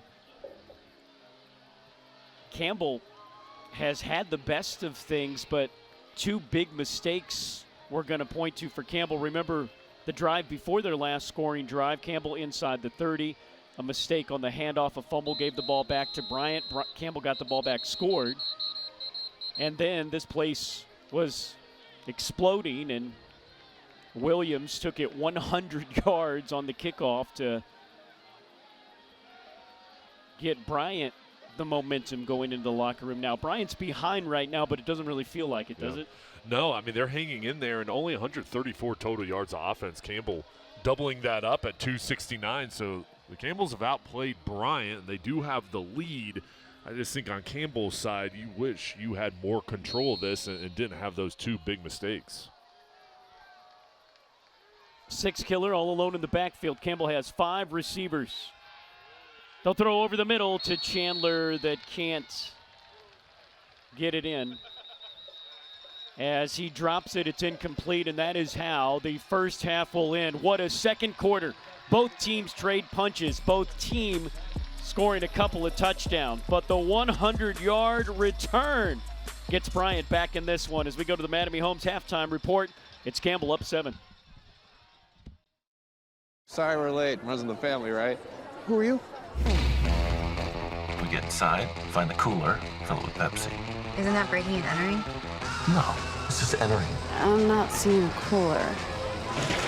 That was for us. There's no lifeguard. Can I help you with that? Oh my gosh, thank you. Pepsi. I'm not needed here. That really is the perfect combo. Are your friends in the blue Pepsi truck coming over too? Abort! I'm not sorry for bringing flavor! Hello, I'm John Heister for the Heister Automotive Group, and we're so excited about Campbell sports this year, especially Campbell football. So roll humps. Thanks, John. We're excited at Campbell Football to promote leaders in the football field, in the classroom, and in the community. And that takes commitment. And that's exactly what we've had from Heister Automotive Group for the past 10 years. Hard work, dedication, and commitment to each other. Heister Auto Group. Get off your keister and get to Heister.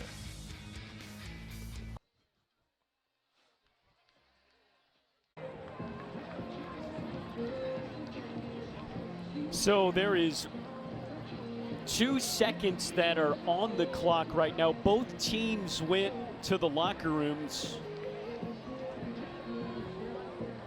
And so they will take a look back to the replay monitor to see actually how much time to put on the clock.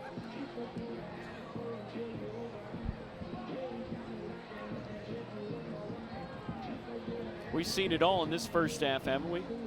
Everybody thought this was over.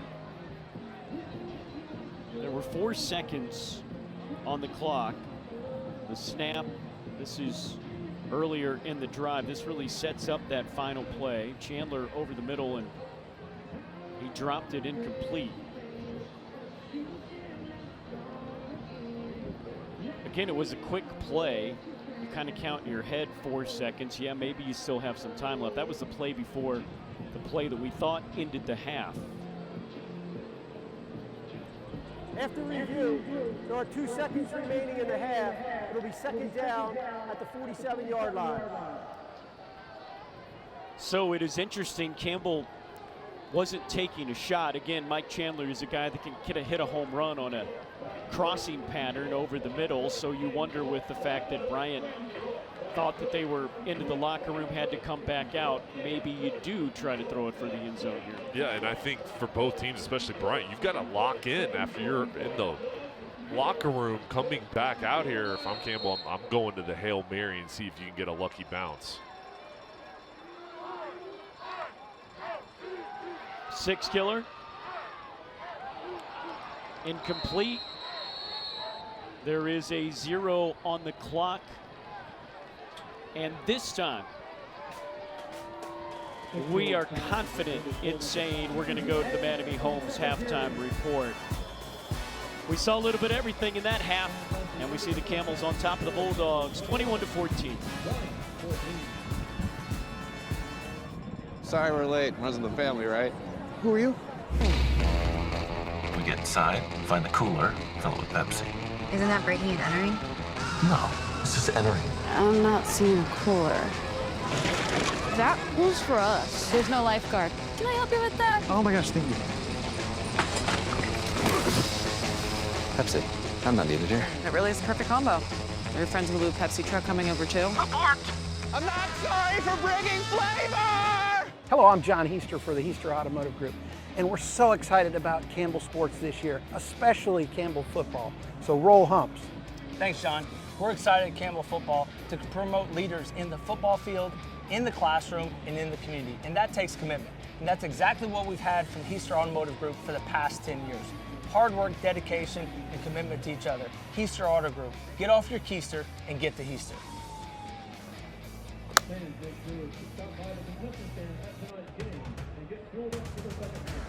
Campbell University is beyond education. It's a transformational journey. This isn't just college. It's where purpose finds you. Where your calling isn't a question, it's a launch pad. Because at Campbell, we don't just learn. We lead, we serve, we show up. Campbell University, make it matter. It's all about the deal at Capital Ford of Lillington. That's why we're lowering all our prices. Don't miss these huge savings across our massive inventory of new and used vehicles. We make it easy to buy used with confidence. Always backed by our VIP protection plan, a 3-month, 3,000-mile no-cost premium warranty. Plus, we do extensive reconditioning for all our pre-owned vehicles. At Capital Ford of Lillington, we're all about the deal. The lowest price, the lowest payment, the lowest interest rate, and the most for your trade. Visit us today or shop online at capitalfordoflillington.com. Welcome into the Mattamy Homes halftime report. Mattamy Homes building better, smarter homes, including multiple neighborhoods just minutes away from Campbell's campus. Head to mattamyhomes.com for more information. Welcome back into the booth here in Barker Lane Stadium, Bowies Creek, North Carolina, with Jay Sunhalter. I'm Chris Hainmeyer. 21-14. Campbell is leading, but that huge momentum shift after going up 2 scores, the 100-yard return on the kickoff by Williams. Even though Campbell had the best of the Bulldogs in the second quarter, boy, it really feels like Bryant is in the locker room right now with a whole lot of momentum, you know, breathing a sigh of relief and saying, hey, we did not have a great half from our star quarterback. Our passing game wasn't there, but we're in this game. They were outplayed by Campbell, but they were able to bring the momentum back to their side because of the couple big plays they had, the turnover and then the kickoff return, right when it felt like Campbell was in the driver's seat. So in their locker room right now, they're saying, hey, we didn't play well, and we're right there. Let's come out, make adjustments, fix this. And in Campbell's side, you've got the lead. You put up 269 yards of total offense. You've done a lot of great things, but you cannot allow your opponent back in the ball game and to give them opportunities. Yeah, if you're Campbell, you don't have momentum, but I would think that the coaches are kind of harping on all the good things that they did. Look, this is a defense that has held Bryant to 7 points. The other 7 were on that special teams play. This is not how the Bulldogs offense is supposed to go.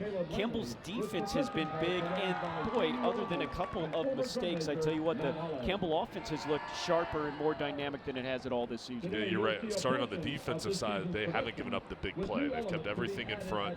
And with Campbell's offense, I've just been impressed with so many guys making an impact on the running game. Different guys, J.J. Cowan leading the way. Six Killer was accurate, and then the wide receivers coming up. Randall King having a big second quarter. This is a huge game for both these teams. Bryant, remember, this is the first FCS team that they have played this year, their first CAA game, and with the win tonight, Campbell could go to 1-1 in the CAA. That'll do it from the booth. When we come back after the break, we'll show you some of the highlights and stats from a wild first half in Bowie's Green.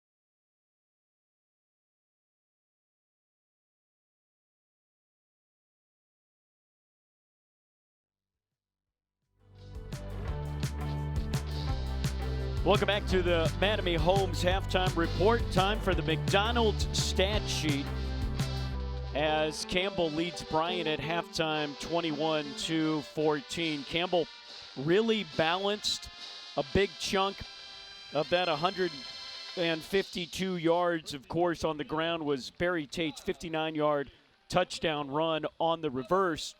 Campbell has been getting it done offensively in this game. The stat sheet says all Campbell right now, and they've got a 7-point lead, which is good if you're on the Campbell sideline. But I'll tell you what, over on the other side for Bryant, not a lot going. The defense for Campbell winning as well, but you're only down by 7. It's going to come down to here in the second half, which team can clean up the penalties and also the turnover margin. Yeah, and for Bryant's side of things, as you said, 134 total yards. Meyer just 7 of 13 for 97 yards and no touchdown. You're right, the Bulldogs statistically getting beat up, but right in this game on the scoreboard where they want to be. Let's take a look at some of our first half highlights here on the Mattamy Homes halftime report. Six killer with the throw to Mike Chandler II. He has been all over the place. They're using him in so many different ways. And this was a screen, and they mixed in a couple screens in that first half, and they worked. And then over on the other side, the zone read was successful for Bryant with Meyer getting into the end zone. Yeah, back-to-back very successful drives. And then here is the play. Chandler took the direct snap, flipped it to Tate on the reverse, and boy, he shows you why he's on this team. That size, that speed. Sorry, Chris. Yeah, everybody flowing over because Chandler had the ball. Then he gives it back to Tate, and he just took off. And here's Campbell. 34 seconds left in the half. They go up 2 scores, complete a perfect drive that took just under 4 minutes. All Campbell has to do, kick this ball off a couple of plays. Maybe Bryant takes a shot. They still had a timeout, but different. Williams, he got some blocks, but he did the rest. That was a brilliant run back of 100 yards, and that is a big turning point in this game. And they needed something to happen. Their offense and defense not really playing that great, and then their special teams standing up to make it a 1-point or 7-point deficit. Campbell 21, Bryant 14. It's the Mattamy Homes halftime report, and it rolls on after the break.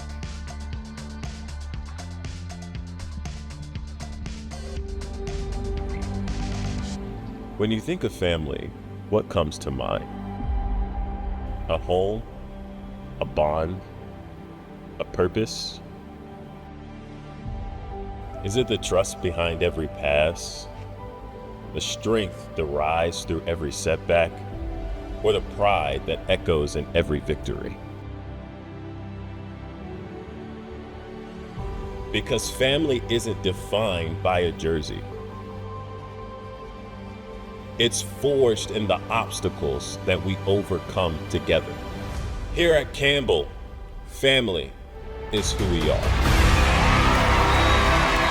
Here, every moment isn't lived, it's remembered. Every challenge shapes us. Every triumph lifts us. But at the heart of family is the moments we share. It's the sacrifices that no one sees. The unshakable love that carries us through. It's what makes us stronger.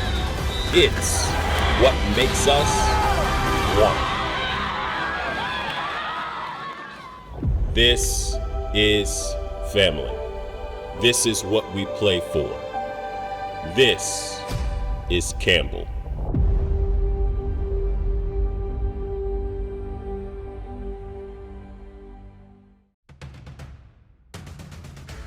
Campbell University is beyond education. It's a transformational journey. This isn't just college. It's where purpose finds you. Where your calling isn't a question, it's a launch pad. Because at Campbell, we don't just learn. We lead, we serve, we show up. Campbell University, make it matter. It's a brand new era for Campbell men's basketball, and it starts with a bang. 6 Power 5 games all over the country, including the West Coast. Check out the full schedule at GoCamels.com. Do you love cheering on your fighting camels? Imagine living just a few miles from Campbell University. I'm Maddie Dean with Mattamy Homes, proud sponsor of your fighting camels. Mattamy offers several communities in Harnett County that could be the ideal place for your dream home. Explore our single family and townhomes featuring 2 to 5 bedrooms, up to 3.5 bathrooms, plus 3-car garage options, all created with your comfort in mind. Visit us today and see why a Mattamy home is the perfect place to call home. You know, we talk a lot about building a strong team. It starts with strong people. Here at Wilkinson, Chevrolet, Cadillac, and GMC is exactly that. They're family owned right here in Sanford, right down the road from the creek. Every season, Wilkinson puts me behind the wheel of a brand new vehicle so I can focus on what matters the most: our program, our team, and our next step. Wilkinson, Cadillac, Chevrolet, and GMC, pushing the Fighting Camels forward one season at a time. Pizza Provisions is now the official pizza of Campbell Athletics. Located just steps away from the Campbell campus, Pizza Provisions is the perfect place to go before or after the game. You can dine in or order ahead and carry out for fresh, made-to-order pizza, wings, wraps, pasta, gyros, and salads. With daily specials, Pizza Provisions is also the perfect place for your lunch break. Find us on Instagram, Facebook, and at pizzaprovisionsnc.com.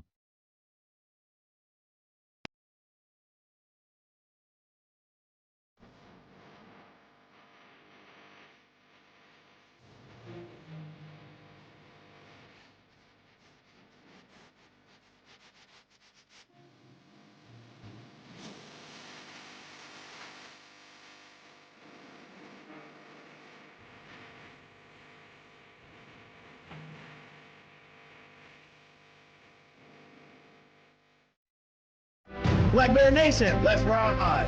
Go Tigers. We are Hampton U. You ain't, you know. As one. Fly Hawks. Tap the rock, baby. At Geek Prod.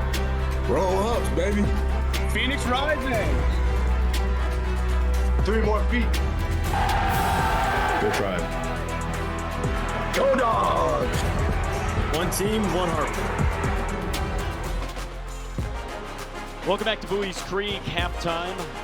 Campbell leading Bryant 21-14 in this CAA football clash. Campbell goes back out of conference for the next 2 weeks. Next week they'll be at home, 3:30 against Western Carolina. If you're watching us on Flo or on your local cable system right now, you will see that game as well. And then on to NC State. The time hasn't been set yet, but Campbell will travel 45 minutes up the road to Carter Finley Stadium for the first time ever to take on the Wolfpack, and we've got a special pregame tailgate for you. October 4th, make plans to join the Fighting Camel Club. That QR code will get you to where you need to be, or go to gocamels.com as Campbell takes on NC State. A look for our player performance of the first half. Local product, J.J. Cowan grew up just a couple of miles from here and some hard yards up the middle. J.J. Cowan has been leading that Campbell rushing attack. Campbell with 152 yards, 6 different ball carriers in that first half. J.J. Cowan, 7 carries, 35 yards for the sophomore. A walk-on that earned a scholarship after his play, thrust into a main role on this team last year after injuries. Will he be able to lead Campbell to a victory? Come back and see after this.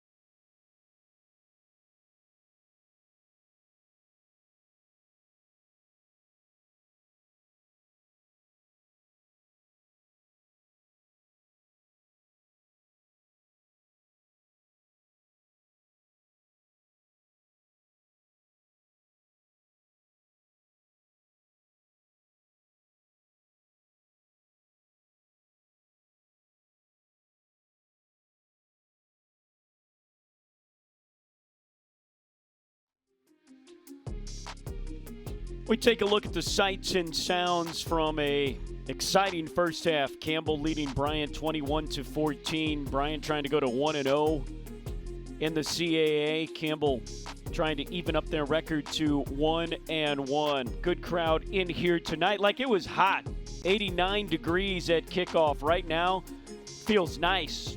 76 degrees. The humidity has fallen off. We're not expecting any rain as we are under the lights here at Barker Lane Stadium. Look, there's a look at the Bryant Bulldog sideline. What a great job Chris Merritt has done. Chris Merritt took over this team that has just been Division I since 2008, moved him from the NEC to the Big South OVC. That's where these two teams met up in Rhode Island. Bryant got the win there in Campbell's last year in the Big South. Now, second year in the CAA for Bryant, third year for Campbell. It's really amazing what Chris Merritt has done as he has navigated this Bryant University football team through different conferences and getting the big win a couple weeks ago against UMass, really making a statement that this program belongs in Division I and belongs in the CAA. Yeah, and finding this new league last year, learning about the league, and then taking the next step this year, getting off to a good start. There's new facilities being built at Bryant, and there's a lot of momentum with their program. Multi-million-dollar field house, locker rooms that he says can compare to any FBS program in the country. They cut the ribbon on that last week, a big win against Bentley, a former Division II rival, and here they are trying to keep their sensational start to the season going by picking up a road win in the CAA. Riley Sullivan to kick with this one off. There's Williams. Why not? He ran it back 100 yards in the end of the first half. That was probably not a wise move, as he has backed his offense off with not very good field position here to start the second. And Campbell's defense, I thought, played really well in that first half. Eric Daniels, defensive coordinator, with his group, they were aggressive up front and back end, did not give up big plays. And coming out here, special teams unit's going to pin this offense back, and this defense, again, same thing, same mindset, keep it in front, and try to limit this running game of the Bulldogs. What did you see that Campbell did that limited Meyer, who has had such great numbers up until now? I think the safeties were playing back, and the cornerbacks were really reading the eyes, doing a good job of jumping coverage. They'll go back to the ground. It's a big hole. Elliott barrels through it for a gain of 7 on first down. Kalen Villanueva, one of Campbell's leading tacklers, a UConn transfer, makes the stop. 37 rushing yards in the first half. I think they've got to come out here and try to have some success on the ground and create balance so they can help out their passing game. Elliott is a man that can do it. 100, averaging 100 all-purpose yards the last 2 games. Not getting much there. Close to the first down. They will give him the first down. And that is good news for Bryant, trying to get out of the shadow of the Campbell end zone. Campbell's defense. You did see the play action pass numerous times in that first half. This is a spot you've got to expect it. Elliott, boy, he gets upended. It was a violent hit from JoJo Pace that came out from his free safety position and just lowered the boom. He's one of those guys in the back end. Got to know where he's at coming up and run support. Drop the hammer down. We're playing with a single high safety. Pace down low in the box. 2nd down and 7. There's the play action. Avoiding the rush, getting it to Elliott, slips a tackle, big gain. It's been the Elijah Elliott show to start the second half. Coming into this ball game, he had 11 catches. So he's a guy out of the backfield that can do a lot of damage for here today. Safety valve. As Meyer goes back, gives him a play fake, looks over to the left, knows exactly where Elliott's going to be, and this is only about a 2-yard completion, and then he does the rest falling forward. 15 yards and a first down. And they'll give it to Dylan Kedzior. He had Some big gains and a lot of carries on the only touchdown drive from this Bryant offense in the first half. Of course, the other touchdown scored on special teams. So a heavy dose of ground stuff from the two big backs. Kedzior, injured for the majority of the year, transferred in from Buffalo. Meyer slips a tackle on the run, intercepted. Donovan Fillard makes the interception. And an injured Bulldog at the 32. Take a look. He's looking over towards that left. Pressure's coming, and Fillard, see both feet are down. Yeah, that's good. Both feet in bounds. What a play from Fillard, getting off the field, and the pressure, it starts up front, forcing Meyer out of the pocket. There's Fillard in coverage and just kind of stays in bound as the wide receiver goes out of bounds, and there's the sideline erupt over that big play. A big spark for Campbell. Meanwhile, Wyatt Whalen, the left guard, is slowly getting up and going off the field on the other side for Bryant. So Fillard, just a redshirt freshman out of Florida. We have mentioned his name more and more the last couple of weeks. It's been a Campbell secondary that has had some problems with the big play, but that is a huge interception. Second interception of the year by the Campbell defense. And here comes Campbell's offense. The two quarterbacks stacked. Six killer. Throws it to his backup. Chandler up the far sideline. He's got a first down. Mike Chandler II all over the field in this game so far. It's amazing what he provides this offense. Not only is he talented enough to play different positions, but mentally he's so good, knowing all these different spots, playing quarterback, running back, and wide receiver. Full knowledge of the playbook, and the coaching staff trust him in every position they put him in. Chandler has 3 catches for 40 yards and a touchdown. J.J. Cowan is the back to the left of Six Killer. First down for Campbell inside the 40. J.J. slips a tackle, slips another. Nearly busts that one to the far side. Instead, he'll settle for a gain of 5. Cowan running hard. Looks like he's going to take a break here. Motioning over to the sideline. Well, he'll stay in. But that ability to get those tough yards and set up your offense at 2nd and 6 is such a positive for Six Killer. Barry Tate is in the slot. He had that 59-yard touchdown run on the reverse in quarter number 2. Cowan busts through the hole on the left side, still moving those legs close to the first down. Lonnie Rice has been all over the place in this third quarter. It's a flag, a hold on Campbell. Too many penalties in that first half. That was, I'm sure, a focal point during the break to clean that up. Now it's going to move this offense back to 2nd and 16. You mentioned 6 penalties in the first half. Campbell was one of the most penalized teams in the entire CAA last year. They've been averaging just below 4 penalties a game. Not the case in the first half. Campbell pushed back, 2nd and long now. Six Killer throws over the middle. It's intercepted by the big defensive lineman, Hollis Durstein.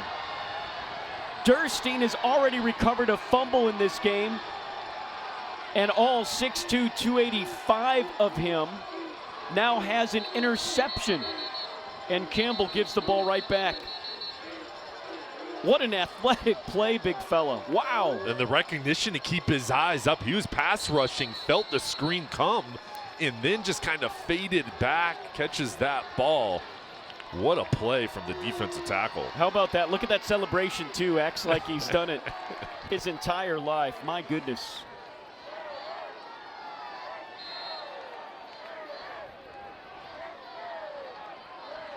The momentum shifts in this game have been seismic.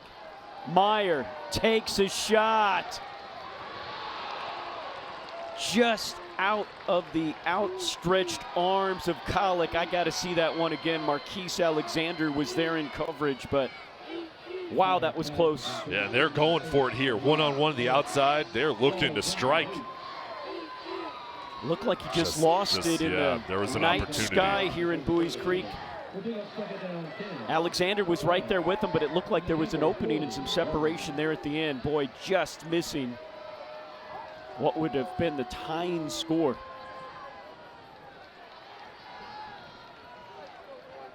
Boy, just when you get the feeling that Campbell is really going to take control of this game, something odd happens, doesn't it? Yeah, they just haven't been able to get a firm grasp on it. It seems like Bryant's been able to pull it back their way and just hang in here. Elliott, not a lot of room to maneuver up the middle, no gain. That was just the first interception thrown by Campbell's Camden six killer this year. He had been so accurate, so good with the ball. Again, that's an odd one. You're not expecting the defensive lineman to jump up and make a play like that. Campbell's defense trying to get the ball back. It's 3rd and 10 from the 40. Bryant 4 of 8 on 3rd downs in this game.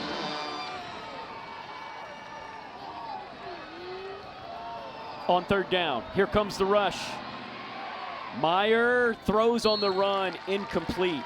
Campbell has not gotten sacks on Meyer, but boy, they have really made him uncomfortable back there, haven't they? Pressure's been there all night, and multiple guys getting in the backfield, and it's just about winning up front with technique, playing hard, and he hasn't been able to get a feel of a clean pocket for the most part. Yeah, Meyer 8 for 17, 112 yards, almost connected for the big strike there, and that's the thing, you know, this is a Bryant team multiple times trailing UMass, an FBS team. This is a quarterback and a team that's not going to get rattled, always thinking that they're going to have a chance as long as they get the ball. Caraglan to punt, and Campbell didn't like what they saw. So Campbell will burn a timeout there.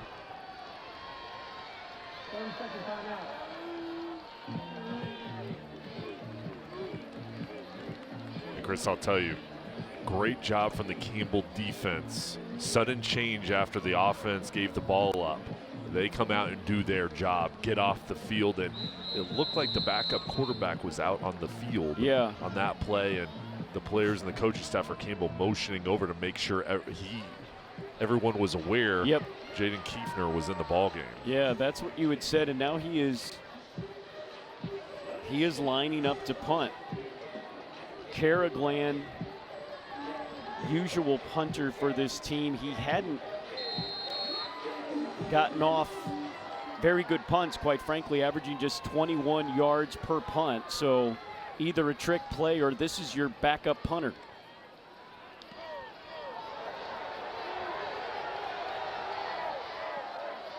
And that did not work the way Bryant had expected.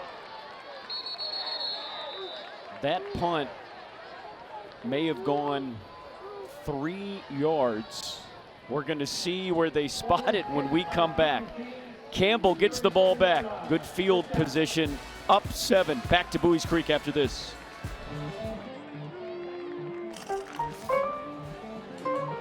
Should I be selling right now?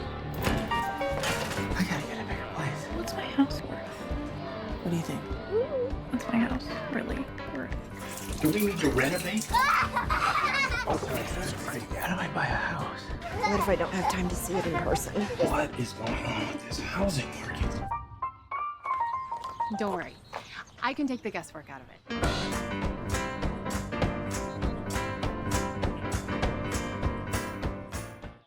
Pizza Provisions is now the official pizza of Campbell Athletics. Located just steps away from the Campbell campus, Pizza Provisions is the perfect place to go before or after the game. You can dine in or order ahead and carry out for fresh, made-to-order pizza, wings, wraps, pasta, gyros, and salads. With daily specials, Pizza Provisions is also the perfect place for your lunch break. Find us on Instagram, Facebook, and at pizzaprovisionsnc.com. 84 weeks ago, with precisely 2 likes at the real Sarah Pascal, posted at McDonald's. Stop pretending like you don't see our snack wrap comments. It hurts. You thought they didn't see your comments? Petitions and posts? The DMs for 9 straight years? Those comments are the reason this exists. Snack wrap is back. It's a brand new era for Campbell men's basketball, and it starts with a bang. 6 Power 5 games all over the country, including the West Coast. Check out the full schedule at GoCamels.com. Turnovers here in the third quarter. Back-to-back interceptions. There's a big fella. Bryant couldn't turn that into points. And Campbell earlier, an impressive interception of their own. Now Campbell with the ball, 1st and 10. 6-killer, rolls, throws, complete to Wilson, the tight end. And our former tight end out of East Carolina loves it when they throw it to the big guy. There we go. Tight ends getting some action, and each team has a good tight end room. We talked with each coaching staff about the different talents of their guys and what they bring to the table. That was a nice job getting him involved and getting over for a couple yards. 6-killer, tight formation, Randall King on the numbers. Handoff goes to Lawrence, who powers through.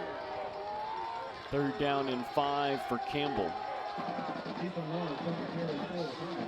Ethan Lawrence on the corner. Yeah, Chris, which team is going to take advantage of the mistake? Bryant, bad punt. Campbell, turnover. Which side is going to take hold of this ball game? Each side giving each other a chance. Officially a 3-yard punt by Bryant's backup quarterback. Bryant does not have another punter listed on the 2-deep. It's a 1-deep. 6-killer, rolls. Sees Green, takes it himself. 1st down, the Campbell quarterback scrambles for another one.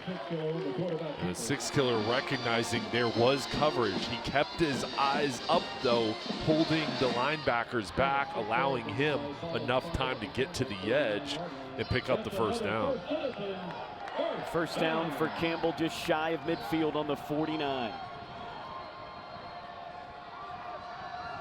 Lopes the receiver left. Lawrence is the back. Tate and Randall King, the burners, to the right of 6-killer.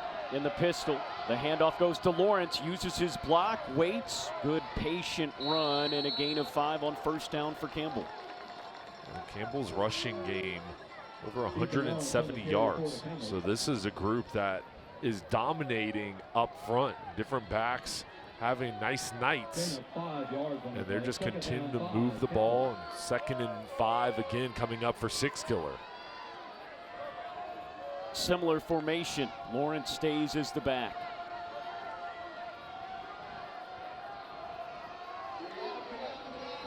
Second down and 5 for Campbell.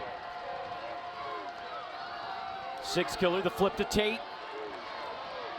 Bryant ready for it. Campbell broke that play. Chandler flipping it to Tate for 59 yards and a touchdown in the 3rd quarter. That time stopped for a short gain. 3rd and 4 now for Campbell. Dorian Helm was there from the strong safety position to sniff it out.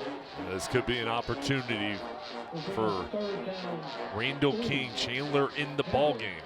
So 6-killer out for this 3rd down.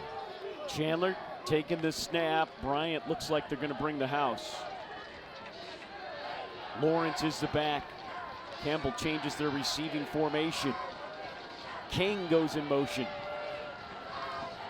Chandler has to field the snap, runs right, third down, in trouble. Brought down back at the line of scrimmage, 4th and 3 for Campbell inside their own 45. Hollis Durstein, who had that interception, makes the stop. Decision time and no hesitation. The offense is going to stay on the field.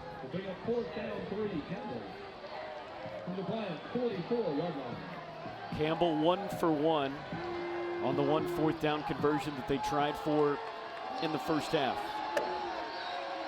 Campbell needs 3. They need to get it to the 41. Six-Killer takes a snap, throws, complete, tight end Wilson for the first down. They go to him for the second time in this third quarter. Braxton Harris having confidence in his offense that they can execute. This was a perfect route from Trevor Wilson. His wing formation, quick out, 6 yards, turns his head. Six-Killer throws it to him in stride. Good catch by the big fella. They told us about him. Robert Morris transfer. He has played a lot of FCS snaps. Starting tight end for Campbell in his first year for Campbell. First down, Campbell. Six-Killer steps up, throws, incomplete. Had a lot of room in front of him, but was looking upfield.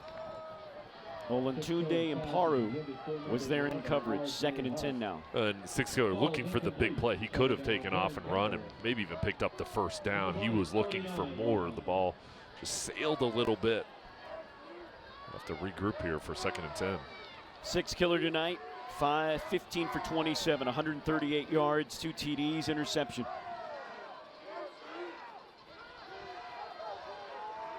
Campbell, quarterback, start number 4 for the Camels. That ball looked like it was tipped at the line of scrimmage. Running through was the nickel, Azriel Justa.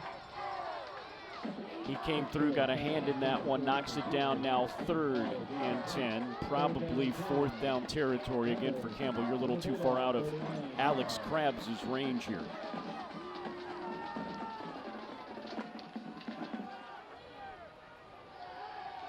Another big 3rd down for the Camels. Can the Bryant Bulldogs defense make a stop here? Campbell 6 for 10 on 3rd downs tonight. For Bryant, this is where you need the pass rush up front. Michael Oddie, number 9, their main guy right in the middle. Six-Killer throws, lot of contact, incomplete. King was the intended receiver. Liam Lindo was there on the coverage and let him know about it. 4th down for Campbell, but 4th and 10.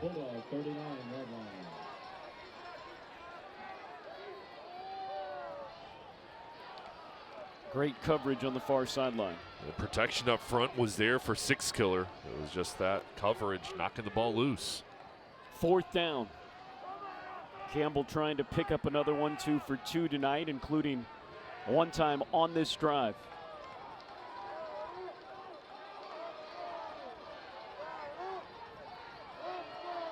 Six-Killer takes a snap. Big 4th down. Throws, complete. Short of the line to gain. Daniel Lopes makes the catch, but comes up 2 yards shy. Dorian Helm, Sean Hunt from the secondary snuffed it out, and a promising Campbell drives ends after 12 plays. Ball turned over on downs to Bryant as the Bulldogs offense tries to break through here in what has been a scoreless 3rd quarter for either team.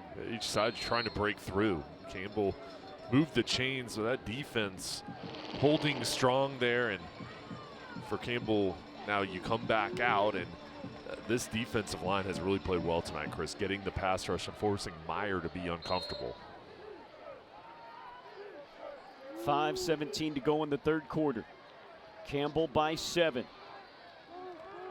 Meyer, handoff. Elliott slips a tackle.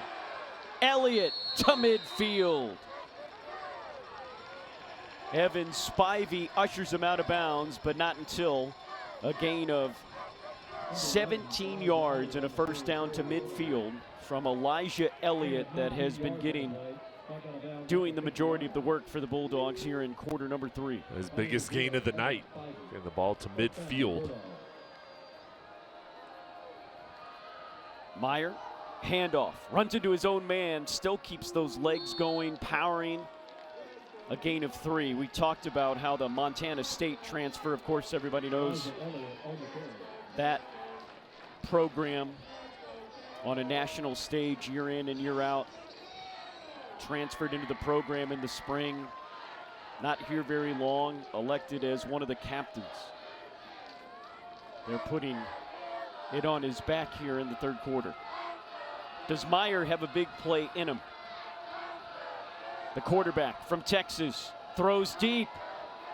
Riley can't catch up with it. Campbell had good coverage downtown. Kirsten Lee, linebacker, dropped back, was there in the secondary as they were able to, once again, the secondary keeping everything in front of them. There are 3 Campbell defenders back there in that area, and that was a dangerous throw. And you get into the third and fourth quarters, these third downs become more magnified. This is another one, big one coming up for Bryant. Really hasn't gotten anything going here in the second half. 3rd and 7. Meyer looking for a spark for his offense. Caught out of bounds.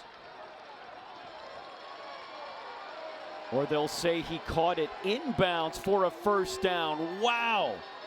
Again, number 3 on 3rd down. Riley makes a sensational grab. Take a look. Well, this was amazing.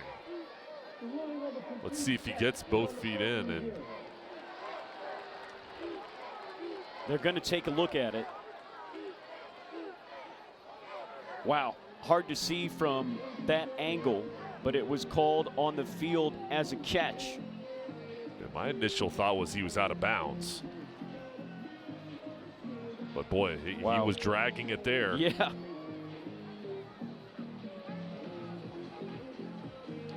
Riley.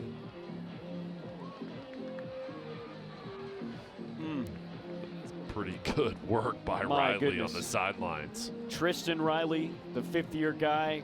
We talked about it, number 3 on 3rd down. They seem to have a connection. He has made some really difficult catches. Your thoughts on what we've seen in this wild third quarter? Nobody has scored, but it doesn't feel like that, does it? Yeah, it's like each side is throwing jabs at each other, but they haven't been able to connect that big one. And right here with Riley, is there enough to overturn that? Again, on the field, it was called a catch. I mean, it looks like he has possession now. Is that foot down? Maybe, but can you overturn that? I mean, you're guessing. You can't tell definitively. I think this is going to stand. Yep. It'd be tough. Look, Campbell might have let a 3rd down conversion happen with a great catch, but when we talked to defensive coordinator for Campbell, Eric Daniels, earlier, he said, look, we got to be better at the pass, more discipline with our eyes. Explosive plays have hurt us. We have to cut those down. We have to own 3rd downs. They've done so much of that so far in this game. Remember, only 7 points have come from the Bryant Bulldog offense and their sensational quarterback, Brennan Meyer. After further review, the ruling on the field is upheld. First down. You know, back to Campbell's defense, I thought that they did a good job there. That was just the perfectly thrown ball from Meyer to Riley. I mean, that ball had to be right there for it to be complete, and they did their job. If you're Bryant right now, you're thinking, Meyer's going to heat up. These receivers are going to heat up. It has not been a great game, but we're in this game with the ball on the road, a chance to score here. Can Bryant make it happen? Campbell's defense has been really good, but Brennan Meyer is really good. On first down, Meyer throws to who else? Elliott out of the backfield. He slips after a gain of 4. There's a flag back near midfield.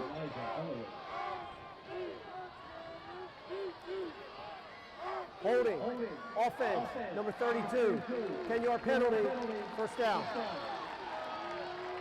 That's a tight end, Levi Wilkins, called for the hold. 5th accepted penalty of the night for Bryant. Campbell's been whistled for 7.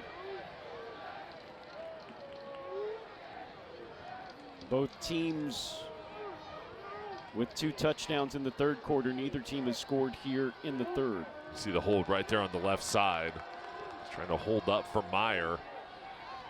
Easy call for the officials. Back near midfield now. It is 1st and 20. Meyer, hands off. We talked about the explosive black. Kedzior explodes into the end zone. 49 yards for the touchdown, and Bryant is an extra point away from tying this thing.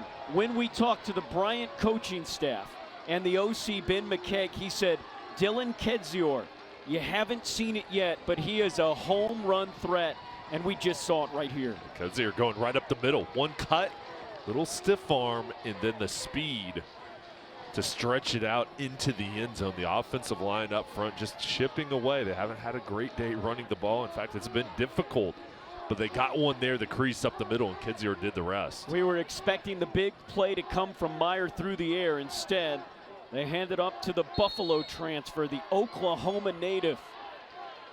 Got some football players in that state, don't they? On both sides of the ball here on the East Coast. The kick goes up, the kick goes in. Bryant hangs around, ties it again, and with 3 minutes and 31 seconds to go in the third quarter, the momentum shifts once again in this back and forth ball game. But Bryant grabs it. When things weren't going well, they find a way to get that in the end zone. Now it's going to be on Campbell to try to get it back. 5 plays, 69 yards. It took 1 minute and 46 seconds. This was the key play. This catch on 3rd down. Wow. Extended the drive, and then Meyer, as he rolls out here, this is where the penalty was, to move it back.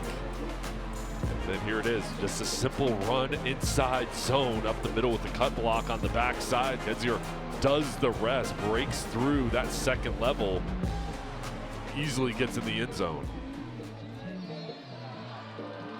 So interesting, wasn't you? Hear all about Elijah Elliott, and they told us about how fantastic he is, what a leader, but they said, look out for Dylan. He can really be that home run threat. We haven't seen it yet, but we have seen him make some big carries in this game, and then that one, none bigger. 8 carries, 76 yards, that touchdown of 49. And we are tied up at 21.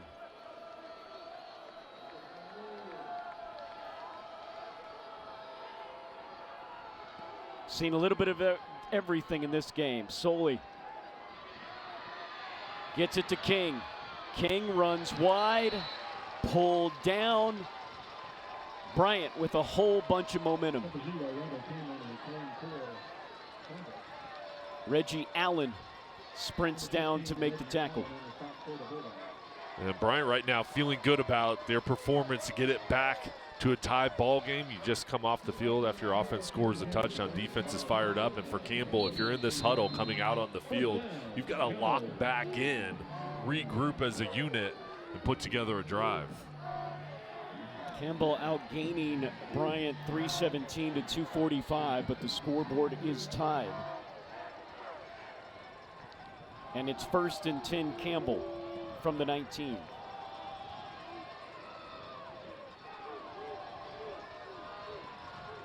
Six killer. Handoff, right side. Naeem Kearney gets his 6th carry of the game. Campbell throughout the night has had success on 1st down, and that's why they've had a big night as far as picking up yards, because they're doing a good job forcing the defense into 2nd and medium situations and not 2nd and long. Does the Campbell offense have an answer? 2nd and 6. 6 killer. Throws deep. Barry Tate can't haul it in. 6 killer stepped up to avoid the rush. Had Tate around the 45. Ezreal Juson was there in coverage, but Tate was open. I like how Six Killer was reading the defense. He could have gone underneath, but he wanted it all, lofted the ball up. Could have been a big play for the offense. There's Six Killer, plenty of time, and here he is. He's going for it all over the top, and that's a difficult catch, one they've wanted, one they needed to provide a spark. Third down, Six Killer, flushed out of the pocket, pulled down. He'll go down. Toby Brown Jr., the backup defensive lineman, comes through, makes the sack, and Campbell forced to punt it away to Bryant. And this pressure wins up front. There's a spin move from Toby Brown Jr. getting in the backfield. Adi jumps in at the end here as well, but that spin move is difficult to defend. He set it up with the head fake to the outside, got low once he turned inside. Bondi to punt from his goal line. It's a low snap and a wobbler that takes a Campbell bounce to the 45, goes out of bounds at the 47. But prime field position for Bryant. A Bryant team trying to take their first lead of the ballgame. And with this field position opportunity, with their momentum, they're going to try to strike down here and get another big play on offense. Campbell's defense is going to have to help out, regroup here, and try to slow down what Bryant's been able to do on their last drive. How do you get your mojo back if you're Campbell right now? Well, this is where the leaders have to stand up and lock in. It's a long ball game. You're going to have adversity that hits you, but how do you respond? How do you limit the runs from your opponent? It comes down to making sure everybody's on the same page and those guys step up. A 32-yard punt. Fakes the handoff, going for it all, and it's broken up. What a play by Marquise Alexander. We've seen a couple of great plays by the Campbell corner, who has been injured the previous two games. And he's been in one-on-one coverage out on an island. Guzman in coverage with no safety help over the top, knocks it loose. And that's a difficult play for a secondary player to be out there by himself, and he does it. Kedzior, who chipped off that 49-yard touchdown run to tie it, is the back. On second down, they'll give to him again. Only a 2-yard gain. 3rd and 8 from the 45. Can the Campbell defense make a stand and get the ball back for their offense as the seconds tick away here at the end of the third quarter? And just get the feeling that Campbell's defense needs a big play. They need that pass rush up front. Try to put pressure on Meyer. 3rd down and 8. Big tight end Keenan is in on the left side. They go right. Complete. Doe reaches for the first down marker. Did he get there? Gave him a good spot. Fillard in coverage. Doe fought with this stretch. Take a look. And Doe's going to catch this ball a couple yards before the marker. Here he's going to lean forward, stretches it out. They're going to give it to him. Another big play on 3rd down by these Bryant receivers. Meyer starting to find his rhythm at QB. 1st and 10. Kedzior. He'll fall forward for a couple of yards. Both the offensive and defensive lines fighting and scrapping. Both of these teams know how huge this game is. Chase Arrington makes the stop for Campbell. And Campbell looking for their first win of the season. Bryant looking for 3 in a row. What a huge win it would be on the road for the Bulldogs. And Campbell coming out very motivated tonight to get the victory in front of their home fans. 2nd down and 8 from the 35.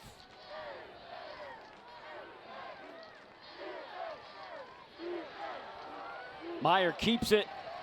Doesn't fool the Campbell defense. Holding on for dear life back there. KJ Scott makes the big hit and finishes him off. Devontae Pettis was the first one back. And that will end the third quarter. We're all tied up. Come on back for the finale from Buies Creek.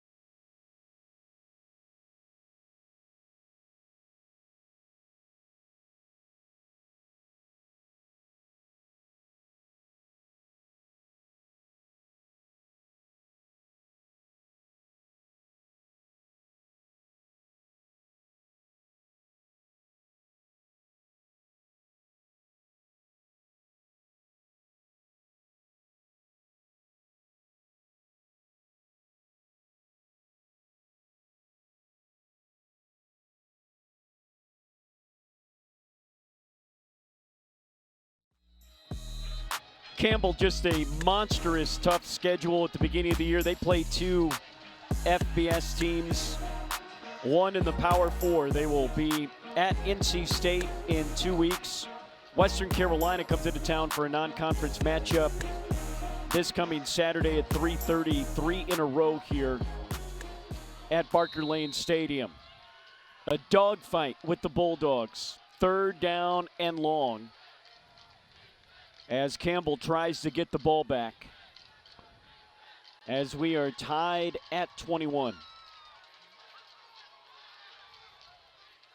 Meyer, handoff. Doesn't fool the Camels. Kedzior gets back past the original line of scrimmage. There is a flag that falls on the far sideline. Offside. Defense, number 11. 5-yard penalty. 3rd down. Costly penalty for Campbell. This will make it a little more manageable. But boy, the way this Bryant offense has been playing as of late, you don't want to give them another chance. And they've looked confident on 3rd downs, and they've been able to pick up the last couple 3rd down conversions because that chemistry between their wide receivers and Meyer at quarterback. Penalty number 8 on Campbell now makes it a little bit more manageable. 3rd and 7. Carter Newman, the tight end, in motion. Meyer on 3rd down, given another chance. It's blocked and batted down at the line of scrimmage. Amari Wilson might have been the first one in there to knock it down. 4th down. Bryant looks like they're going to go for it. And great work. If you can't get to the quarterback, get the arms up, try to knock that ball down, and that was huge to force this 4th down. Got to do it one more time if you're this Campbell defense. Kedzior the back. 3 receivers stacked to the left side, including in the middle of that stack, Riley, who has been the man on 3rd down. Can he be the man on 4th down?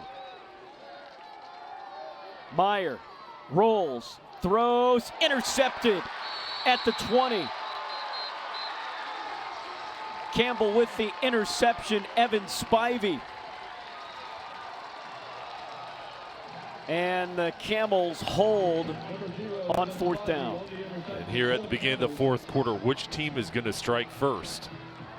The defense for Campbell coming up with the big play. Not only are they getting off the field, but they get the interception and now gain some of that momentum back. Meyer throws his 2nd interception of the game. Campbell's defense holds. And here comes the Campbell offense. Both teams moved the ball. Campbell did not score in that 3rd quarter. Bryant did on the long 49-yard TD run that tied it. 6-killer, play action. Throws to the flat. Caught and a good run on the far side of the field.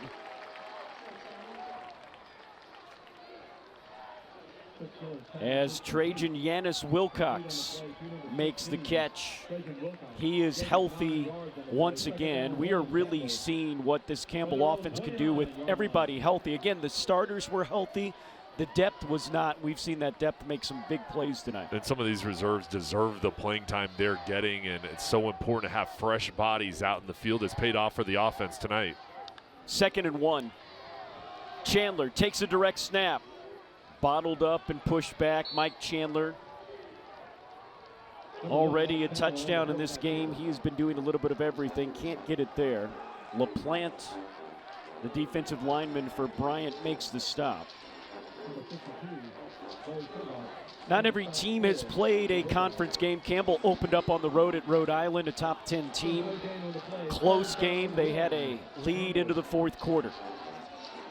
A huge win if Campbell can get it tonight to go to 1-1. And as Jay said, Bryant can win their 3rd in a row. Lawrence needed 1, got a whole lot more. And on 3rd and 1, Campbell breaks one open, gets some breathing room and a 1st down out to the 42. Good job again on the ground where they've been successful all night running the ball. And the chains are going to move because this offensive line shooting off the ball, getting that push up front, and the running backs doing the rest. Randall King, one of two receivers on the bottom of your screen. 6 killer with room to operate now, 1st and 10. Fakes the handoff, throws over the middle. It is bobbled and dropped. Parker Jones had it for a second. Ezreal Justa was there in coverage.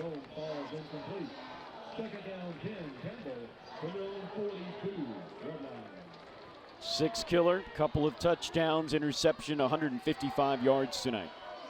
The play action pass, and it was there on the quick slant over the middle, just not able to connect. Handoff, Lawrence had a little bit of hole, but it was quickly evaporated by Toby Brown Jr. He has played well here in this second half. Campbell with 180 yards on the ground tonight. It's been impressive what they've been able to do. That's helped out the passing game. Tried to hold off this pass rush of Bryant. Campbell's makeshift offensive line has done a good job protecting 6 killer. Again, their big left tackle, 6'9", 315-pounder. Freddie Pelling out with a knee injury. 3rd and 8, 6 killer. Back to throw, throws, complete, close to the first down. Daniel Lopes makes the catch. They're going to give it to him. It's a first down for Campbell into Bryant territory. Ryan Williams on the stop. Well, Lopes coming across the field on a crossing route. 6 killer again, doing the job, reading the defense. There it is, double crossers. Lopes gets some separation and then stretches the ball out just far enough. One of the many things that has impressed me about Campbell's new starting quarterback is his composure. All year we've seen it. Good composure there. Yeah, he looks calm back there. Just a presence that he plays a position with. 1st and 10. Slings it to the outside. Again Lopes. Again a big gain. This time short of the first down marker by 2 yards. But a pickup of 8 on first down. This offense playing with the rhythm. No huddle.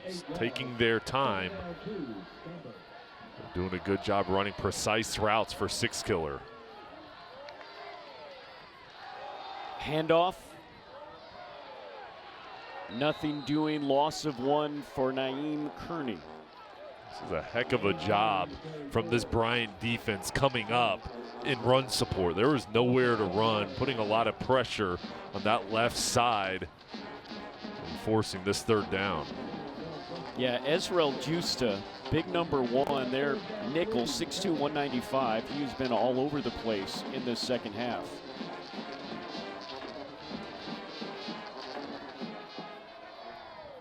Third down and 3. 10 minutes to go in the 4th quarter. Tie ball game. Out of the backfield.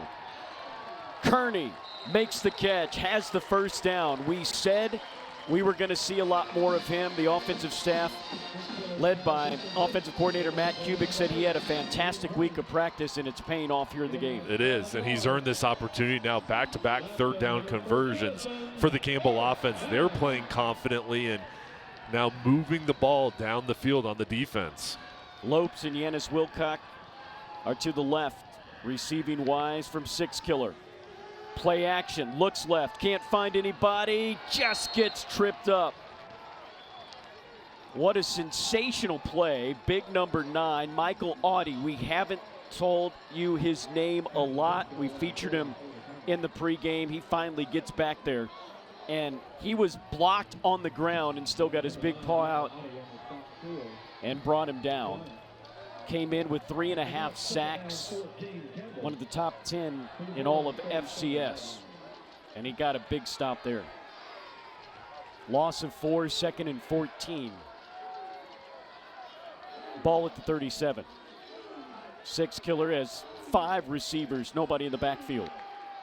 Takes a snap, pump fake, throws too high to the backup QB, Mike Chandler II.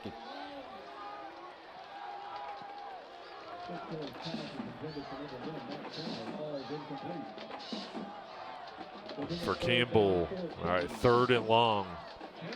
Number 1 key for 6 killer. He's thinking in his mind right now, I've got to protect the ball. Don't want to take any chances here. But I would think something to just try to chip away for it, because this is potentially 4-down territory. Yeah, it's got to be, right?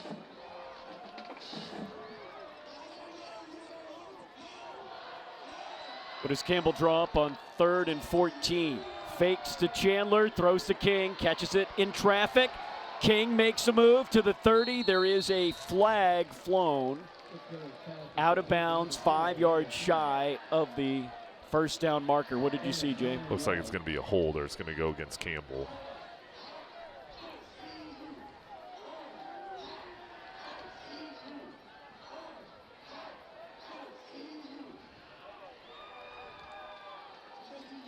Here's the call. Holding, offense, number 57, 10-yard penalty, 3rd down. What's been going on with the Campbell offense here in the second half, held scoreless?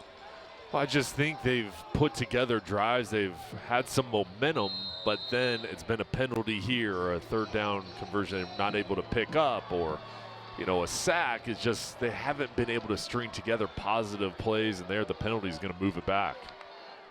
3rd and 19. Campbell put together an 11-play drive earlier in this half. They were stopped on downs around the 30. Backed up because of penalties. 6-killer. Can't find anybody. Audie can't get him. 6-killer, a lot of time. Throws complete. Back to the 30, makes it a more manageable 4th and 7. Catch made by Parker Jones. Alex Crabb will come out and attempt a field goal here. Heck of a job from 6-killer getting away from Audie, and then he could have tried to run here. There was a defender. He holds up, though, and finds his man to move the ball down the field, and now it's going to bring out possible point situation with the field goal unit. There is a Bryant Bulldog player down on the far sideline. So that gives Campbell a chance to talk about this. Alex Crabb has been perfect this year. Extra points. This season he is 8 for 8. Field goals, he is 4 for 4. His long is 40. He was hitting them from this distance in warm-ups. It is a warm night. There is no wind to speak of. This one would be from 45, possibly longer.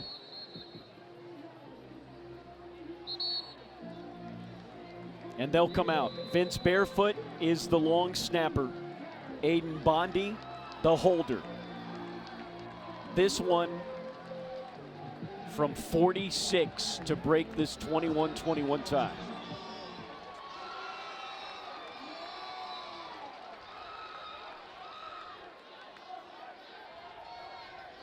Crabb with the biggest kick of his career thus far.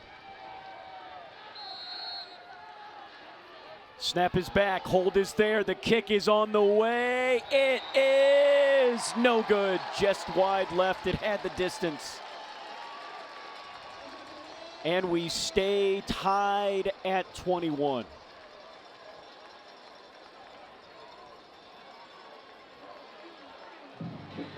And now it'll be on the Campbell defense once more. For this Bryant offense coming out, it's been kind of similar to the Campbell offense. They've had plays, just haven't been together or been able to put together a long drive. And the Campbell's defense, my thought is, all right, let's come out here. Let's get a turnover. Let's get the ball back to our offense. We cannot allow any big plays. Meyer with the handoff. Elliott gets nowhere. Liverman comes up. The longtime Campbell breaks through, busts him for a gain of a half yard. This is a Campbell defense that has given up just 2 offensive touchdowns.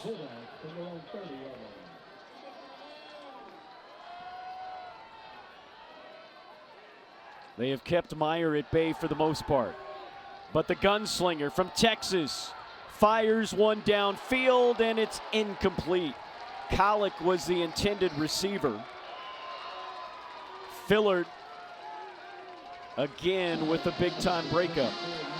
They're going for it all again on these deep crossing routes. The safeties playing with their eyes and helping over the top and recognizing what the concept is and being in good position to make it difficult. It's third down. A lot of time left in this one.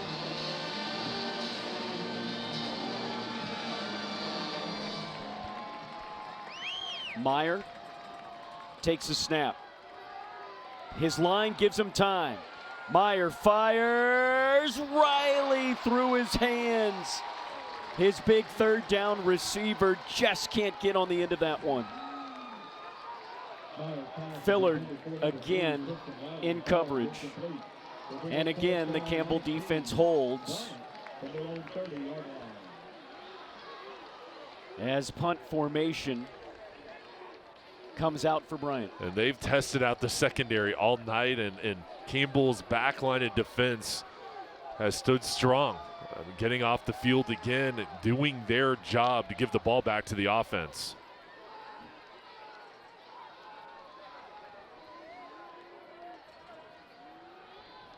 The punting game has been an adventure. They bring back Carraglen, and it takes a Bryant bounce.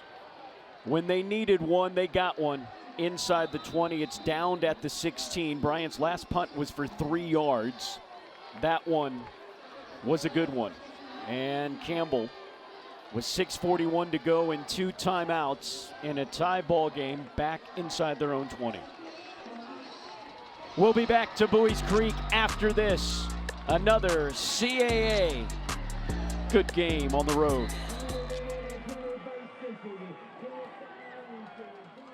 Love college sports? Access Live CAA football game. Highlights. It's all about the deal at Capital Ford of Lillington.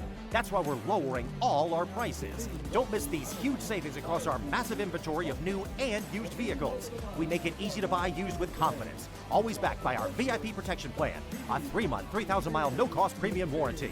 Plus, we do extensive reconditioning for all our pre-owned vehicles. At Capital Ford of Lillington, we're all about the deal. The lowest price, the lowest payment, the lowest interest rate, and the most for your trade. Visit us today or shop online at capitalfordoflillington.com. Hello, I'm home.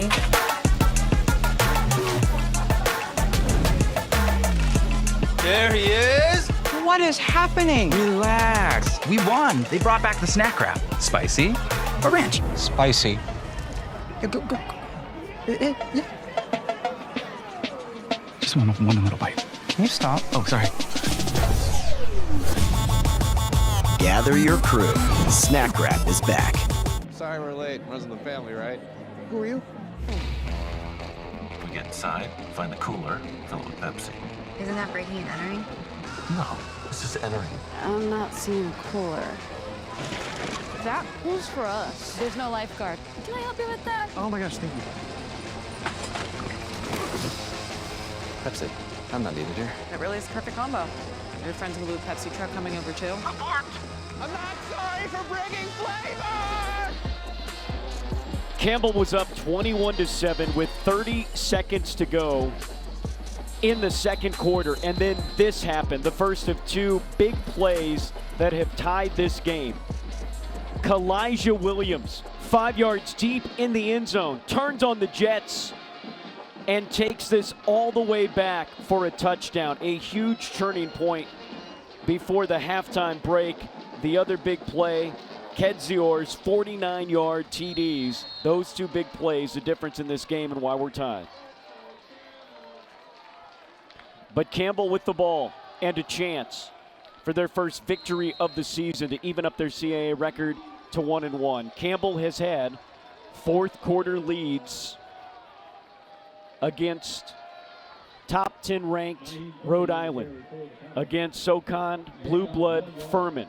Another lead here tonight. Can the Camels finish? What must they do to finish? Well, I think a couple things. You learn from those experiences and those ball games where you weren't able to get the win. So what do you do here?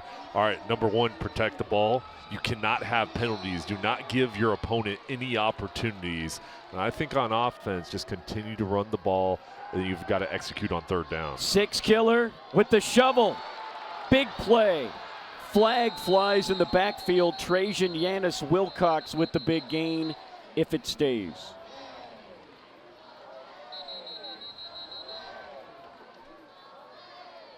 This one could be coming back.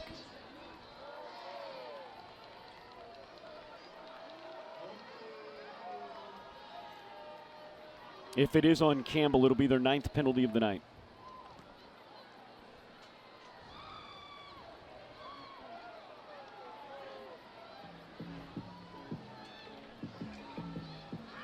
This one not as black and white as you would think. The officials discuss.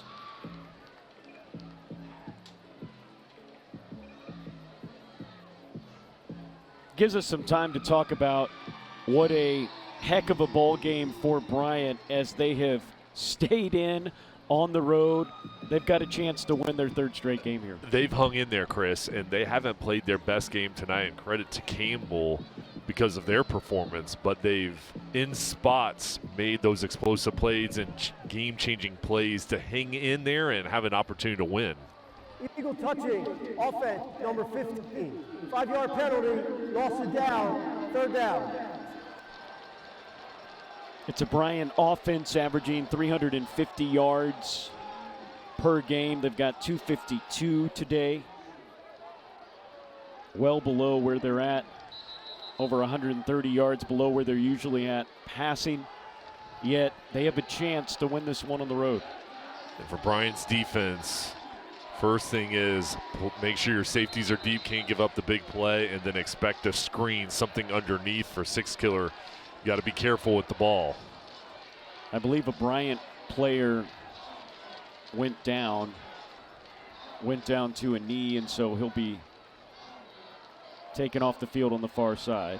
The ineligible receiver did not catch the ball. Therefore, we just have an ineligible receiver downfield. 5-yard penalty, no loss of down. 2nd down. So they clear it up. Penalties just killing some drives here for Campbell. They've been a problem in this game. They haven't been a problem all year.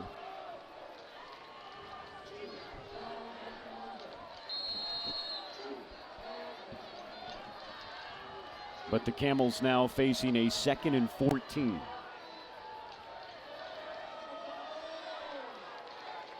Kearney's the back.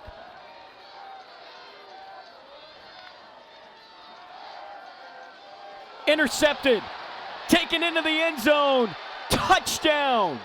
Liam Lindo, the cornerback. The pick 6. And the first lead of the night for Bryant.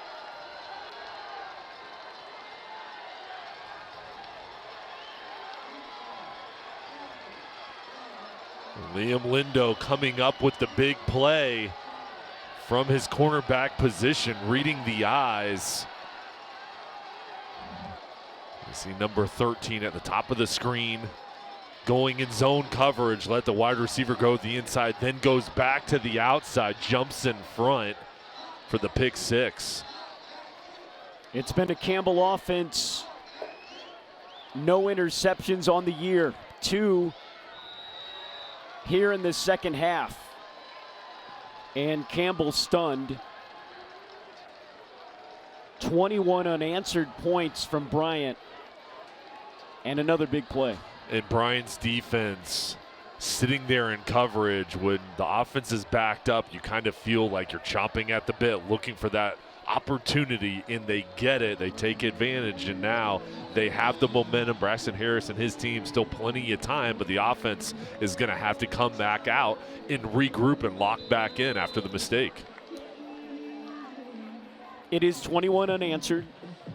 You are at home. You have 5:33 to go and a couple of timeouts. Okay, what is the Campbell coaching staff telling their offense, telling their team back there as you are very much in this game? Well, I think right now you're staying positive with the players. You're uplifting them, motivating them.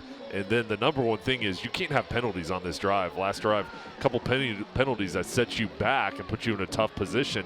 You've got to come out here and click, and I would expect them to come out, play up tempo, try to get into a rhythm. Soley, who had the game-winning field goal against UMass 2 weeks ago. That was a program victory, the biggest in Bryant's D1 history. Started back at 2008. 2008 was when Campbell restarted their football program. Two similar schools of similar size, separated by many miles. The visitors from Rhode Island trying to take this one from Campbell tonight. Fair catch called for inside the 10, and here comes Campbell. 5:32 to go. Down 7, behind for the first time tonight. If you're six killer in this offense, you have to have a short memory. There's got to be a sense of urgency, and you're right. You need to forget about what just happened. Come out here and get everybody going. There's no time to be down. You've got to create some big plays. You've got to make it happen right now because you're looking up. 5:33 left on the clock. This is it.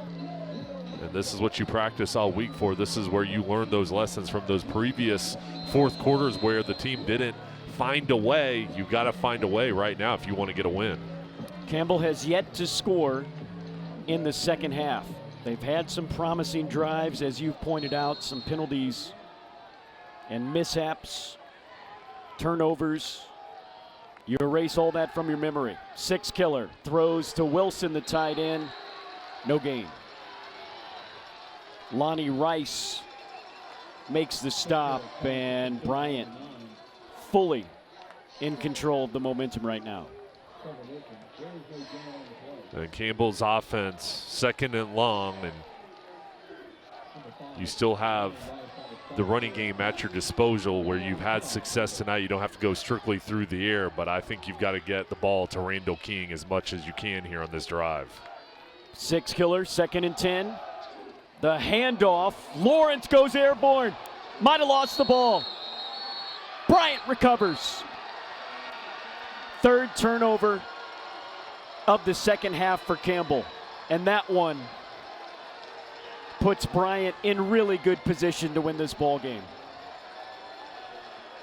And Bryant's defense with these turnovers, they've just hung in it all ball game and really got outplayed from Campbell, but now getting the ball back, this is completely changing the story of this game, and you see the defensive line knowing immediately they made the play to knock that ball out. Hollis Durstein, who has an interception and I believe a fumble recovery already. Big number 99 is having a career day. Campbell now worried about the clock. Handoff, Ellis stopped at the 25.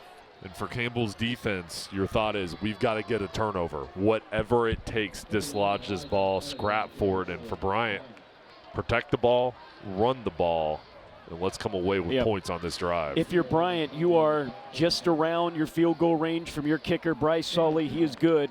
He has a long of 43 this year. And no penalties. If you're an offensive player, you just play clean, run the ball, and let's try to get at least a field goal.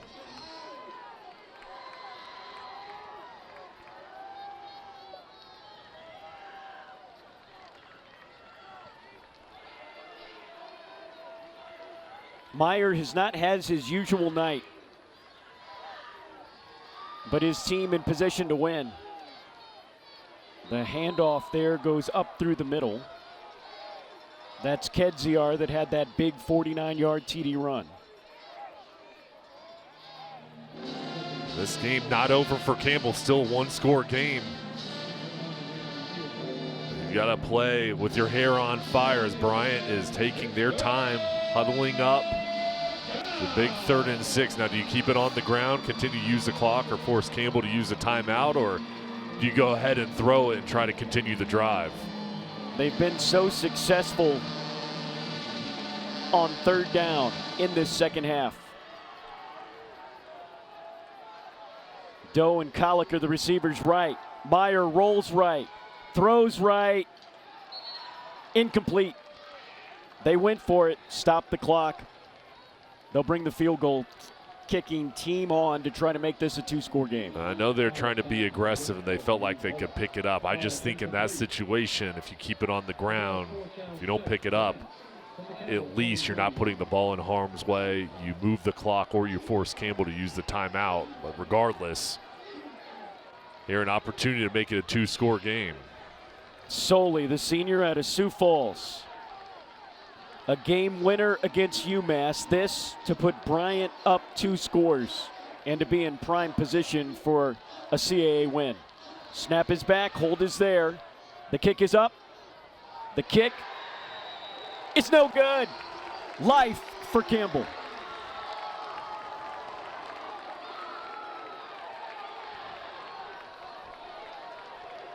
Solely couldn't salt it away, and now you magnify the extra seconds on the clock with that incomplete pass. Campbell, again, 3:09 to go, 2 timeouts.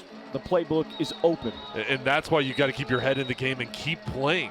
And you never know when you're going to have a big play or the other team's going to make a mistake and let you hang in there. And Campbell, with that missed field goal, they're sullying this game back to a 1-score game with the ball, plenty of time. So you've got to feel that sense of urgency and take advantage of the mistake from Bryant. Campbell's last 2 possessions on offense ended in turnovers, a pick 6 and a fumble. 6-killer back out, a chance to lead his team down and tie this game. 6-killer throws long, complete, King, 10, 5, touchdown!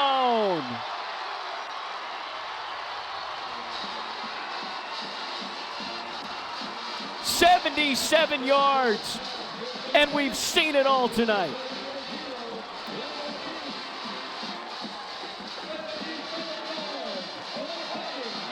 Wow.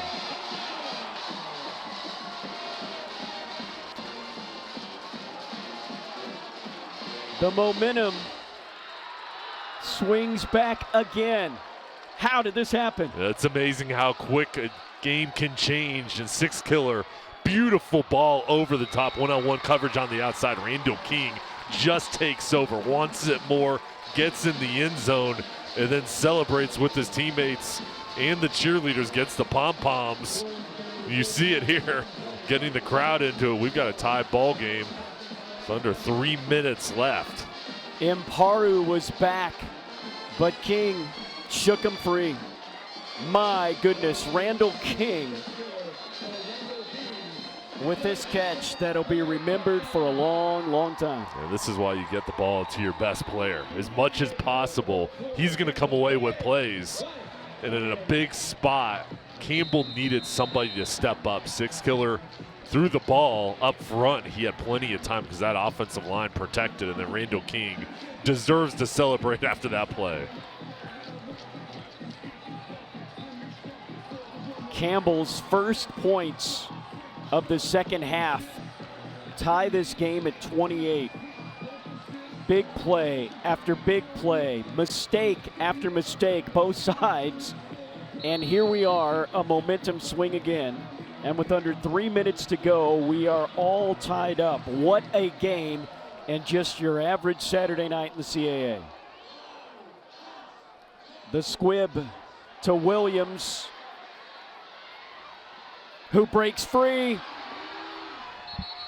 It was a good run back. And now some extracurricular activity on the far sideline.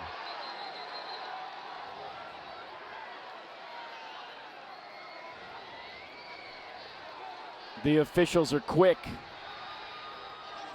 to rescue the Campbell players from the opponent's sideline. Williams almost broke another one.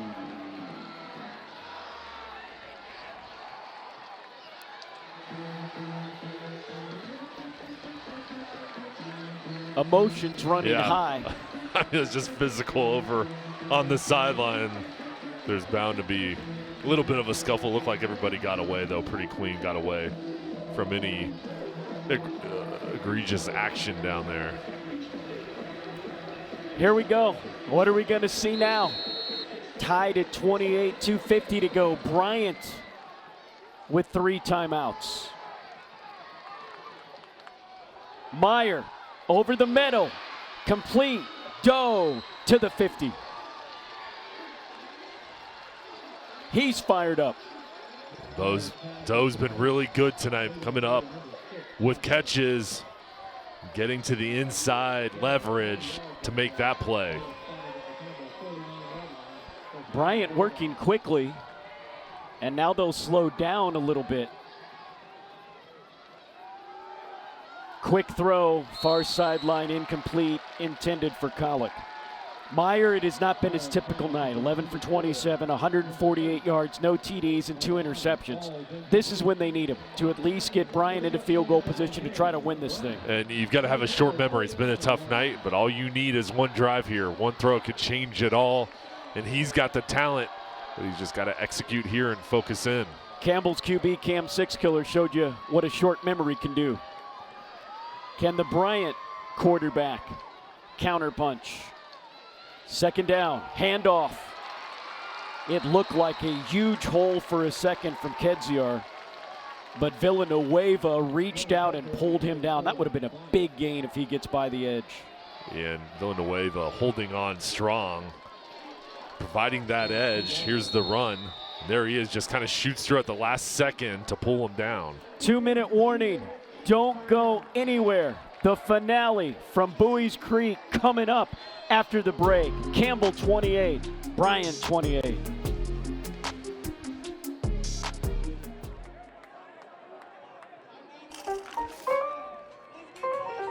Should I be selling right now? I gotta get a bigger place. What's my house worth? What do you think? What's my house really worth? Do we need to renovate? How do I buy a house? What if I don't have time to see it in person? What is going on with this housing market? Don't worry. I can take the guesswork out of it.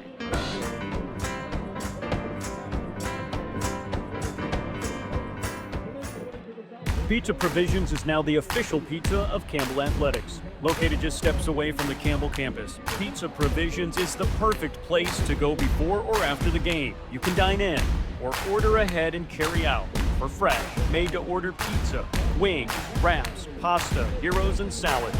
With daily specials, Pizza Provisions is also the perfect place for your lunch break. Find us on Instagram, Facebook, and at pizzaprovisionsnc.com. 84 weeks ago, with precisely 2 likes at the Rio Sarah Pascal, posted at McDonald's. Stop pretending like you don't see our snack wrap comments. It hurts. You thought they didn't see your comments? Petitions and posts? The DMs for 9 straight years? Those comments are the reason this exists. Snack wrap is back. It's a brand new era for Campbell men's basketball, and it starts with a bang. 6 Power 5 games all over the country, including the West Coast. Check out the full schedule at GoCamels.com.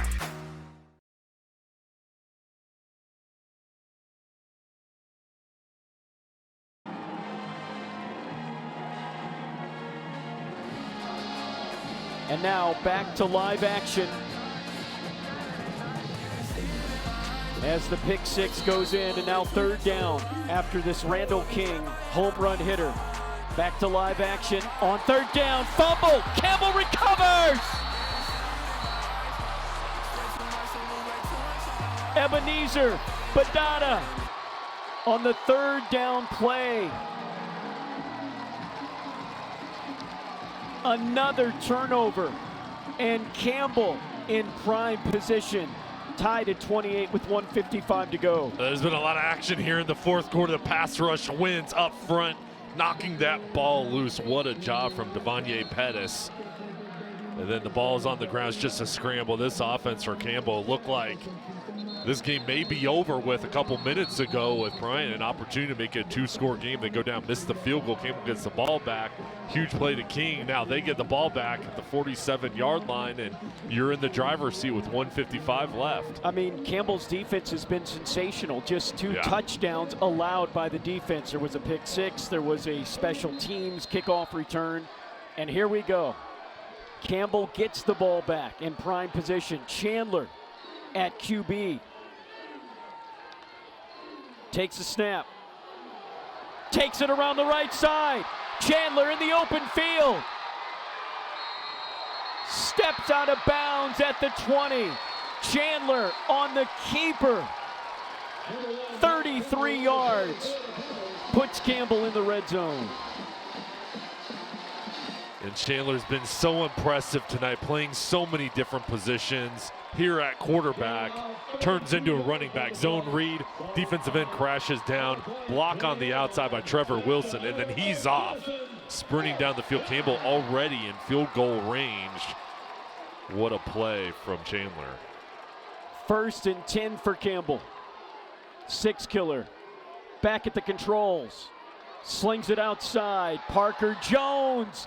He's close to the first down. 1:38 to go. This defense now looking tired for Bryant. Some of these guys having hands on their hips. And they've got to stand strong as Campbell right on the doorstep here with the ball on the 12-yard line, playing with confidence. Jones and Lopes, the receivers left. King right. To King. Touchdown! Wow! Campbell takes the lead.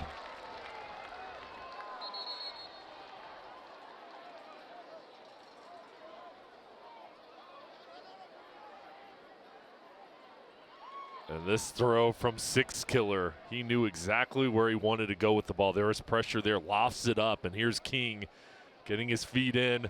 That's going to be a catch. Yeah. He had possession, multiple steps down as he was coming in out of bounds. Then the ball came out, but what a play. Those two connecting for another touchdown. I mean, look at this. Perfectly executed that ball. Placement right on his numbers, and those two have a special chemistry. Yep. And he is shaken up. But he is up and running back to his bench. Personal foul, roughing the passer, defense number 50. A penalty will be enforced on the kickoff, result of the play, touchdown. The previous play is under further review. Camden 6-killer with 2 huge throws to Randall King. And remember, this is after he throws a pick 6 that most of the time is going to end the game. I mean, Bryant was in the driver's seat. To come back from that tells you something about the quarterback, tells you something about his receiver, tells you something about this team. Well, it's mental toughness, I think, for 6-killer and this whole Campbell team, because they easily could have given in because it was looking like Bryant was going to come away with this game. They had all the momentum, and then it all changed. It flipped on that long pass from 6-killer to King after the interception. Came right back. The beautiful ball then here gets hit. And another strike to his wide receiver. And those two, along with that offensive line and the rest of the guys, coming away with big plays exactly when Campbell needed it here late in the fourth quarter. I mean, unbelievable. Randall King, his second straight 100-yard game. 7 catches, 125 yards, and 3 TDs. And the thing about Randall King is he's facing double coverage seemingly every game. These opponents know how good he is, and he still finds ways to get open.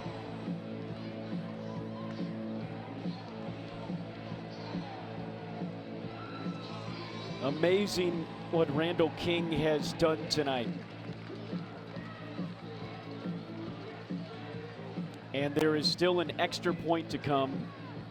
And Jay, there is still 1 minute and 15 seconds and 3 timeouts for Bryant to come. I mean, Bryant was in a very similar situation against UMass where they were punched in the gut late. They came back, only needed a field goal then. They need more than a field goal now, regardless of the extra point. But look, Bryant's been in this position before, and I tell you what, this is one of the more incredible games that I have been a part of, with the swings and going back and forth.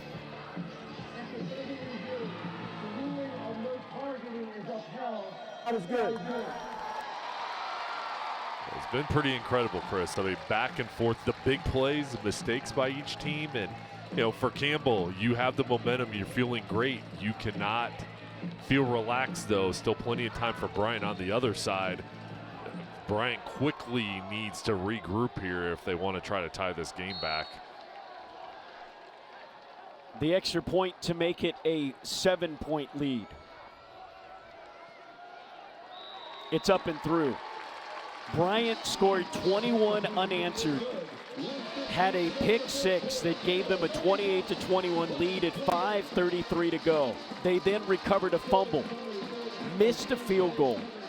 Campbell has scored 14 unanswered in the last minute 40. It's really amazing the twists and turns in ball games, and we've seen it tonight.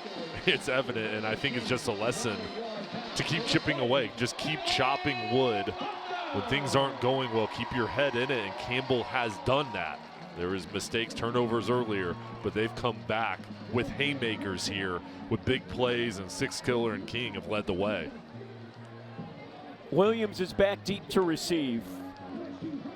And you would think Riley Sullivan is either going to squib this or try to kick it on the camel that is guarding the field house 20 yards deep past the end zone.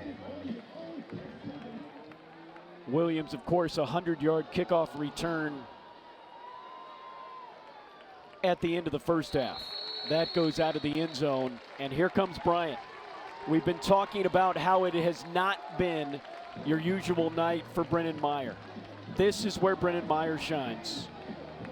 And he's got 3 timeouts and a minute 15 to try to tie this game again. And then you've got 4 downs to go for it every time. So you're going to play with urgency, you're going to play up-tempo, but with those timeouts, you can throw the ball anywhere on the field. The big key is going to be for their offensive line to protect in obvious passing situations, because you know Campbell is going to bring the heat off the edge.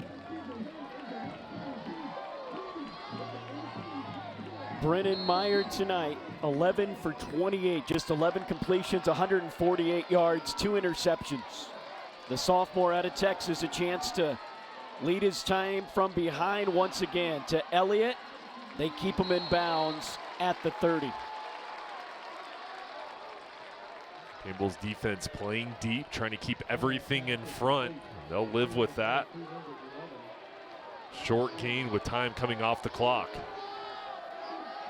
Meyer, complete, somehow holding on. Colic takes a huge hit from JoJo Pace and holds on. My goodness, what a catch, what a throw, what a hit. Yeah, this was perfectly thrown. I mean, only spot where it can be in between that zone coverage, and Colic somehow focuses and hauls it in. 1st and 10, Meyer running for his life. Meyer takes it out of bounds inside the 45. He's close to a first down marker, but it is all about that clock. 32 seconds to go. Bryant has all their timeouts. Yeah, they've got their timeouts, but Campbell's defense doing a good job forcing them to use a lot of time. This drive started out at 1:15. Got to pass midfield, but there's only 32 seconds left. What a thriller tonight in Buies Creek. 32 seconds to go, 3 TD, 3 timeouts for Bryant. Bryant needs a touchdown. Meyer throws, bobbled, incomplete. Thought they had an interception on the near sideline. Fillard was the man who nearly sealed this game. Fillard's played amazing tonight. Number 12. Fillard he is shaken up. He is going to the bench area. 4th down territory, obviously. It's 3rd and 2. There's 27 seconds. Fillard might be a cramp, but he is out of the game for this play. He has been big for Campbell late. Meyer throws downfield, incomplete. Meyer had a man short. He could have picked up the first down himself, and now they'll have to, at the very least, get 2 yards here. Elliott was open in the flat, or he could have run with it. He was going for it all, and here's back to The previous play, good job from Campbell in jumping in front. But this is it right now for Bryant. I would go ahead, get this first down, and then worry about the rest. You've got all 3 of your timeouts. They need 2 yards at the very least. They need a touchdown and an extra point to tie. Meyer rolls right, throws right, complete, out of bounds. Riley, his 3rd down man. On 3rd down, number 3 makes the catch, gets out of bounds with 15 seconds to go. And Campbell's defense has done the job forcing them to use the clock. 15 seconds left. You probably have 2, maybe 3 plays left here potentially, depending on how long this one takes. But Campbell's defense has to keep it in front. The back line of defense, the safeties have to make sure they keep their eyes on Meyer. Do a good job. Does Meyer have some more late game magic in him? Meyer runs, sets, throws, complete, Doe, touchdown! Bryant is an extra point away from tying this thing with 5 seconds to go.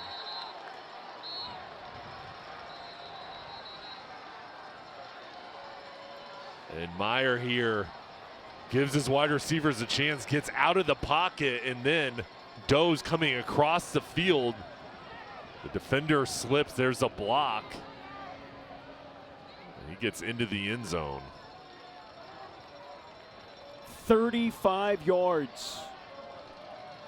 Doe from Meyer. We have had 4 touchdowns the last 5 minutes and 33 seconds of this game. 3 in the last 3 minutes of this game.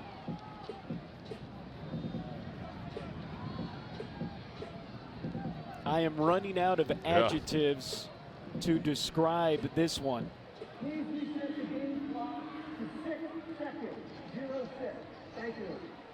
You're on the road. You've been back and forth. There's no way you go for 2 here, do you? It looked like they were going to bring out their extra point unit, and they're not. They're going to change their minds and keep their offense on the field and go for it all here. They're going for the win. Bryant going for 2 and the win. This is the ball game. Elliott the back. Bryant trying to run out of Bowie's Creek with a win. Play blown dead. Second charge timeout. Campbell, 30 seconds. Wise timeout caused there by Campbell. A great job waiting as long as they could to call the timeout, see the offensive set, and kind of read that from the sideline. They stop the clock. Now they can pull the defense and regroup here and kind of set the stage for this 2-point conversion opportunity. Good job from Braxton Harris down on the sideline using that timeout. Do you agree going for 2 here? I'll tell you what, coming back in this situation, I think you go ahead and get this game into overtime. Me too, right? But you're on the road, and if you've got a play call you like, they're going with the aggressive mindset. We'll see. Yeah, I just think each side, has had huge plays here. I'm surprised they're not going to kick it. And looks like they are. They changed their mind. And now they're coming out and kicking it.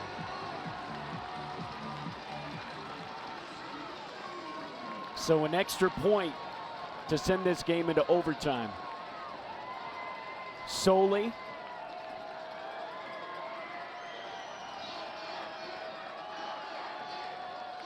Campbell will bring everything. Snap, hold, the kick is up. Good. There are 6 seconds to go. And the way this 4th quarter is gone, plenty of time for somebody to do something spectacular. Where is Randall King? Yeah.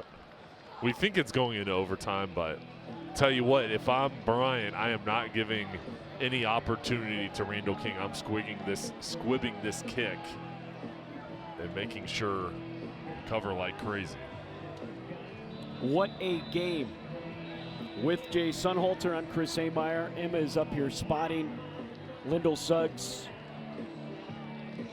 running the broadcast, and we have seen it all.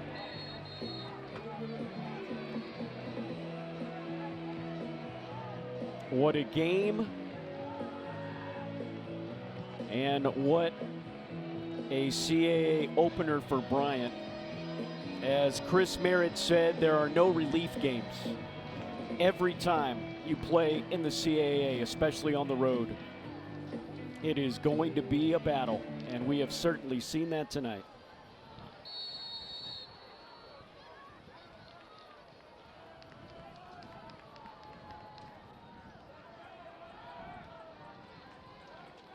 Tied at 35, Soley. We'll see if he puts air under it or squibs it. There is air under it, and there is Randall King making the fair catch. No time goes off the clock, and Campbell will try to get creative, and the way this one is gone, stay glued to your screen.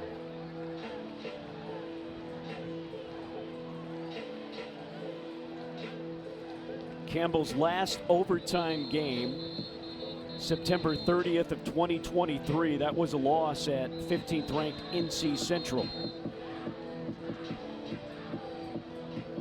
Their last home overtime game, a 54-48 loss in 2017 against Jacksonville.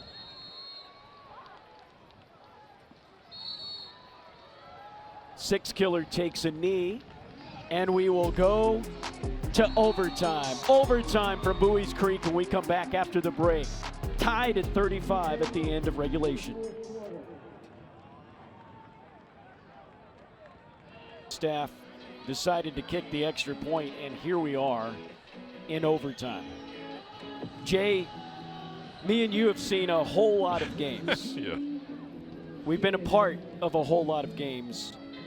You said it when we went to break. You have never been a part of a game like this. Yeah, this has been back and forth, and each team has had big moments, and there's been multiple times where I thought Campbell was going to win. Then I was like, Bryant's going to win. And it's gone back and forth, and the result is we're going to go into overtime. And you know, I think it's a lesson of both teams. No matter what adversity you face here tonight or in any ball game, you just keep your head down, keep chipping away, don't give up, and more times than not, you're going to come away with success. And each team has done that, and they've had success after there's been mistakes. I mean, the big plays, 59-yard rushing TD for Campbell, 100-yard kickoff return at the end of the first half for Bryant. 49-yard rushing TD, Bryant. Pick six, Bryant.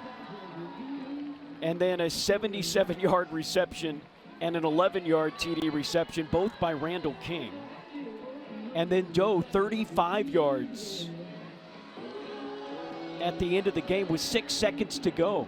I mean, Bryant had two plays to go 35 yards, and they did it.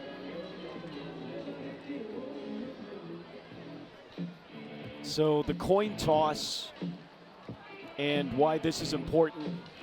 Usually if you win the coin toss, you will be on defense first. The overtime rules, remember, have changed since the last time Campbell has played overtime. After the second overtime, you have to go for two. That prevents what we have seen, 8, 9, 10 overtimes, which, let me tell you something, if we were going by old overtime rules, we would probably be here till 1 a.m. Look, I don't want to go home. Bryant will have the ball first. First down on the 25. And Campbell sending out, I believe that's Mark Biggins, who has been Campbell's penciled in starting running back, who has been injured. So we will go up to the scoreboard side.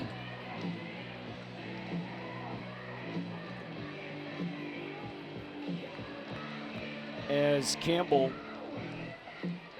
and Bryant will play more football here. What a wild night game in Buies Creek tonight.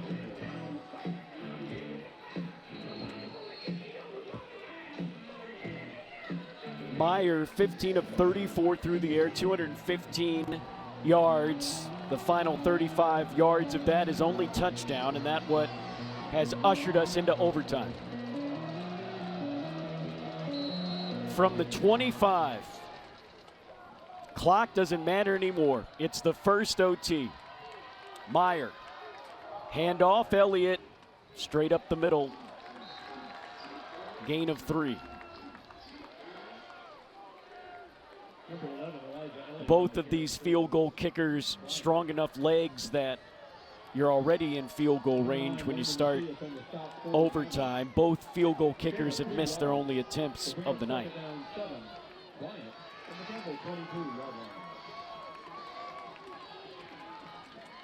Second and 7 for Bryant. Meyer, Elliott, big hole, past the 20 to the 18-yard line. 3rd and 3. And Bryant just content keeping the ball on the ground. They've had success on 3rd down tonight, and I would expect potentially a play action here. Hard run sell, then get Meyer on the run. He's bringing Kidzior. Slips away. A lot of green. And into the orange end zone for an overtime touchdown. Campbell had the pressure. He somehow slipped free. And Bryant goes in for 6 in this first overtime. And they showed play action. Campbell in position. You just got to make the play. Here it is. Play action. Could have been a huge loss. Could have been 4th and long where you're going to have to bring out the field goal kicker. And Meyer does it with his legs. Gets underneath and then strides it out into the end zone. 18-yard TD. Pettis was back there, just could not bring him down. As we talked about, you give Meyer a chance, he's going to hurt you. He's a gamer. I mean, again, that's a play that could have resulted in a terrible loss for the Bryant offense, but his ability to just make it happen, it's not something you draw up. You just got to have that innate ability to get away from pressure, and he did it. So impressive, an 18-yard touchdown, and Bryant takes the lead back.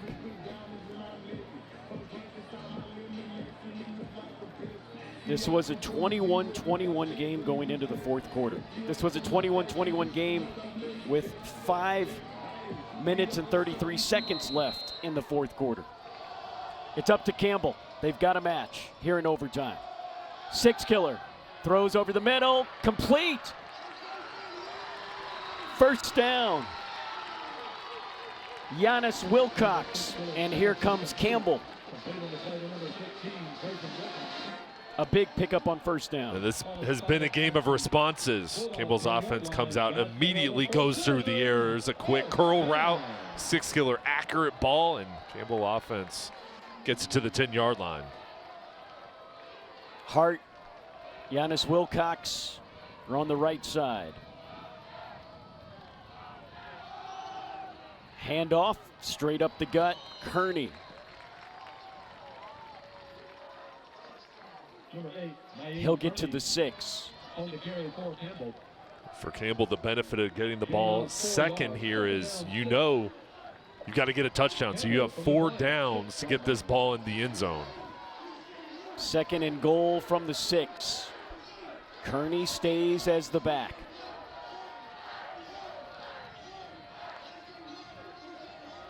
Six-killer cuts on the inside, nearly gets into the orange end zone. Instead, touchdown-saving tackle made by Imparo. There is a Bryant Bulldog down back at the 15. That's Audie, their big pass rusher. When play resumes, it'll be 3rd and goal from the 3. Campbell last week down 4 against Furman, had the ball inside the 15, couldn't get it done. Similar situation now, a chance for redemption. I think that huddle right there, that's being brought up. It's talk about let's finish. We have to finish here. Let's punch it in.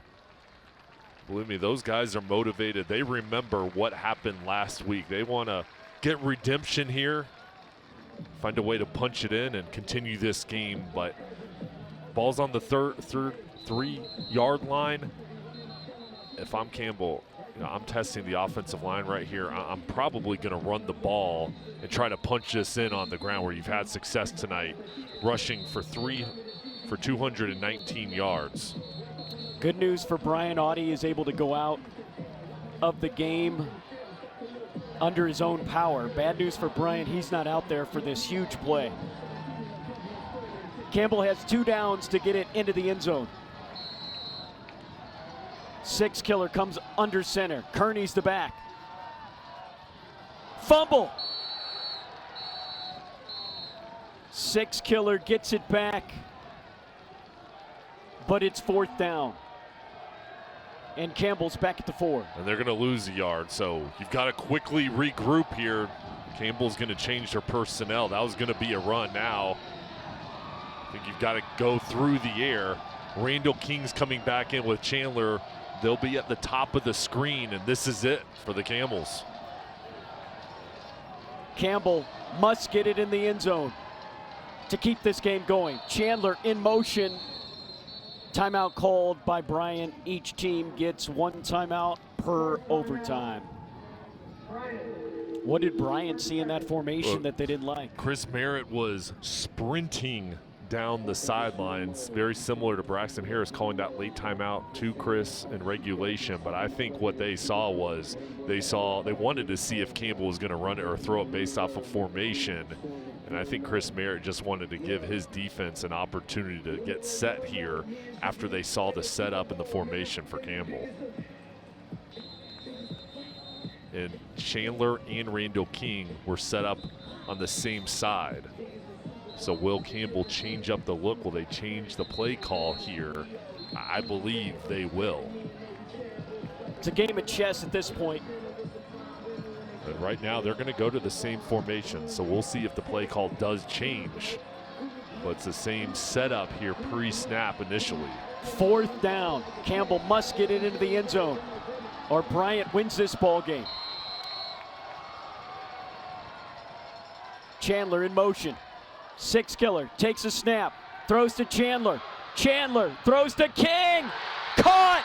Touchdown! The trick play works for Campbell here in overtime number 1.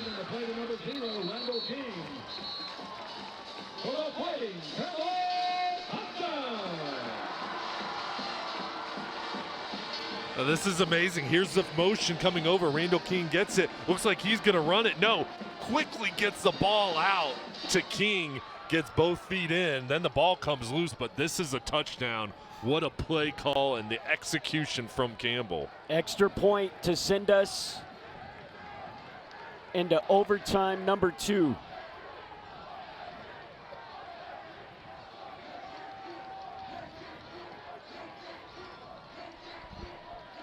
Randall King, who was shaken up, they're waiting for him to get over to the sideline.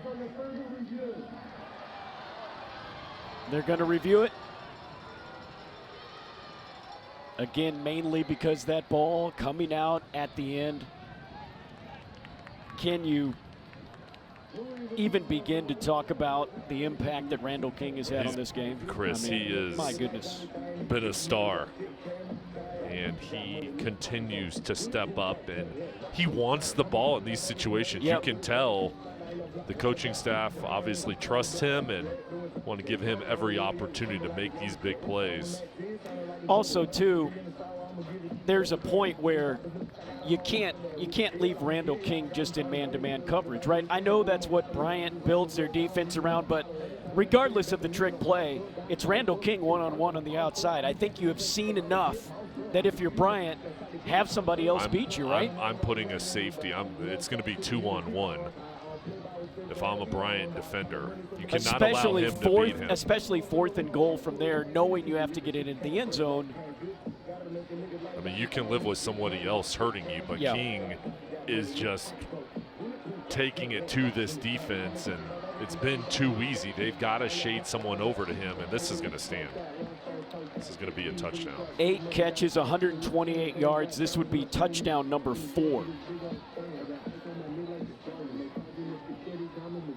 I mean, what a job from Chandler, too, recognizing he had pressure, and this was a tough throw with the 4th down on the line. You've got to throw a perfect ball, and Braxton Harris and his team continuing to show resiliency and fight.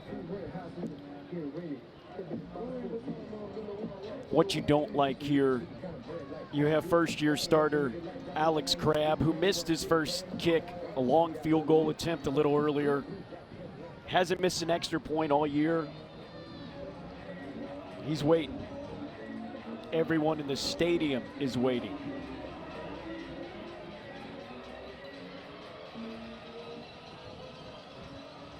They're taking a long look at this. There's Braxton Harris. Again, talking about how the team kept his spirits up, how the loss against Furman hung with them, but great practices in the middle of the week. After further review, the ruling on the field is upheld. Touchdown.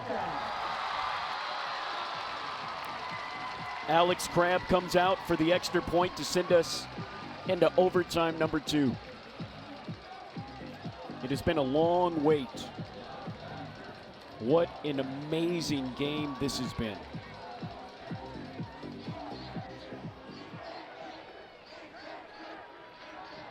The extra point to send us to overtime number 2. The kick is up. Crabb has ice water in his veins. And we go to overtime number 2, tied at 42. My voice was going when we started the 3rd quarter, let alone overtime number 2. You sound great. This has been a fun ball game. I mean, each team keeping us on the edge of our seats, and we're going to head, Chris, to overtime number 2, tied up.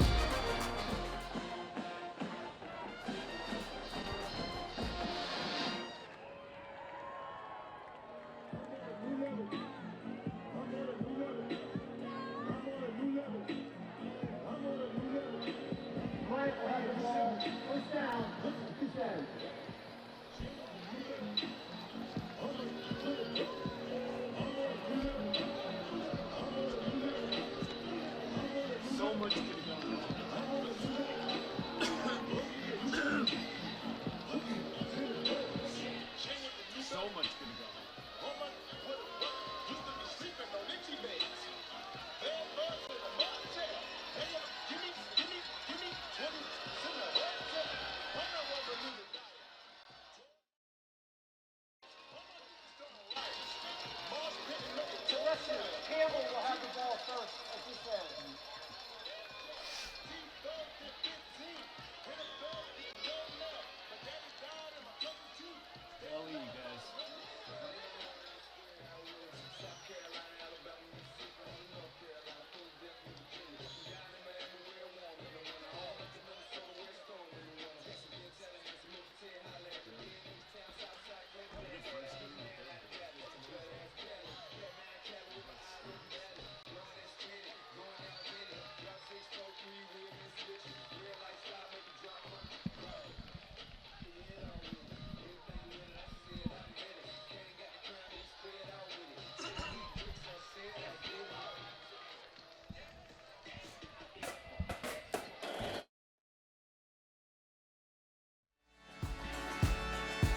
Welcome back to Bowie's Creek, 42-42. Bryant's first ever trip to Bowie's Creek, North Carolina will be one that they will not forget.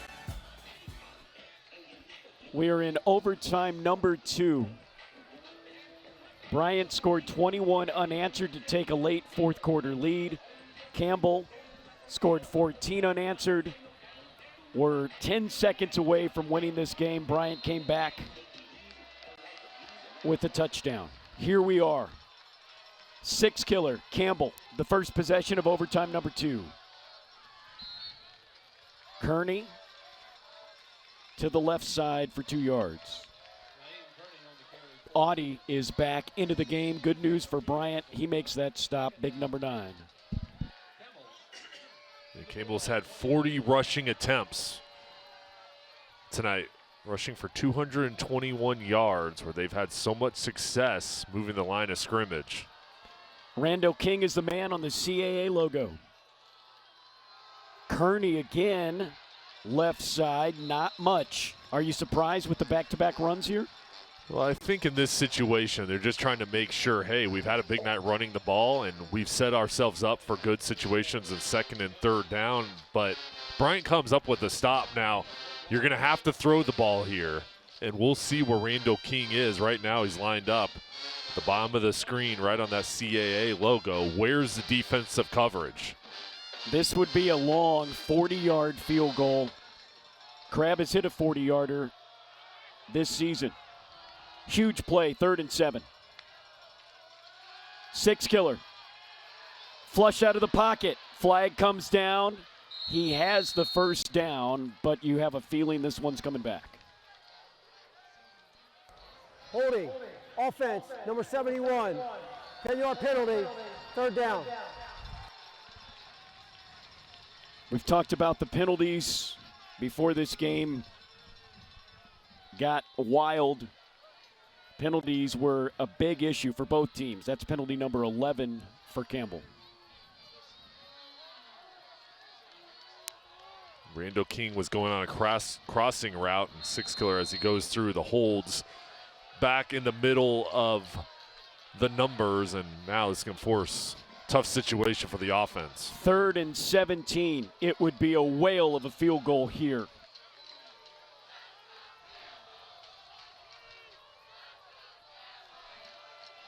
Campbell's got to get it to the 15. 6-killer takes a snap, throws, complete! Campbell with the first down to the 5. Giannis Wilcox, the Texan, with the biggest catch of his Campbell career. 6-killer so accurate. He threads it through the defense who was there in coverage. And look at this. There's pressure coming right at him. There it is, another big play through the air. Perfect throw. 1st and goal from the 5. Overtime, number 2. A pile in front of Kearney, nowhere to go.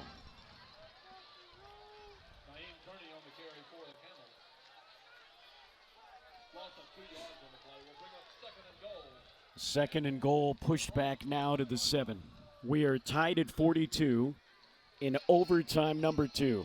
First possession goes to Campbell.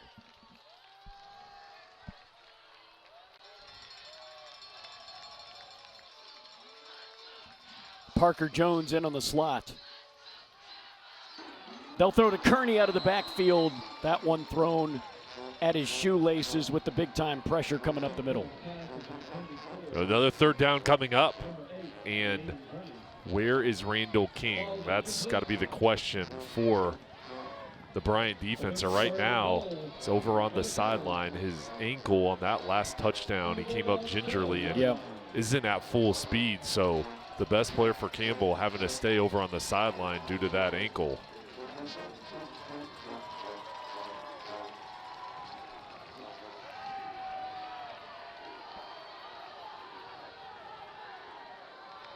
Third and goal. 6-killer. Rolls, throws, complete, touchdown to the tight end. Dawson Adams Grenier gets into the orange end zone in overtime number 2 for Campbell. What a play call. Matt Kubik, the offensive coordinator, moving the pocket for Camden's 6-killer. And here's the action, getting him to the outside. 2 wide receivers clear it out, and then Dawson Adams Grenier goes into the flat right off the hips. So those wide outs and a good design to get Campbell into the end zone. He was injured the first 2 games of the season. He has made 2 huge catches since he's been back.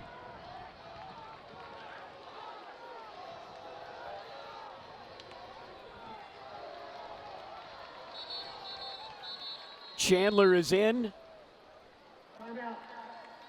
And a timeout called by Bryant.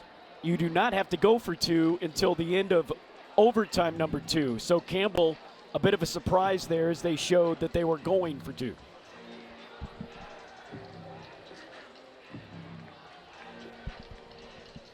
And here we are. An incredible game.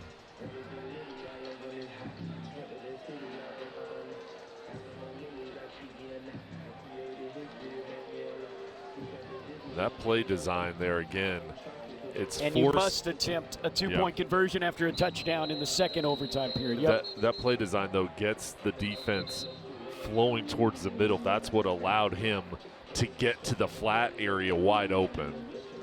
So the rule change in overtime number 2 must go for two. So Bryant knew what was coming. They just didn't like the look of it.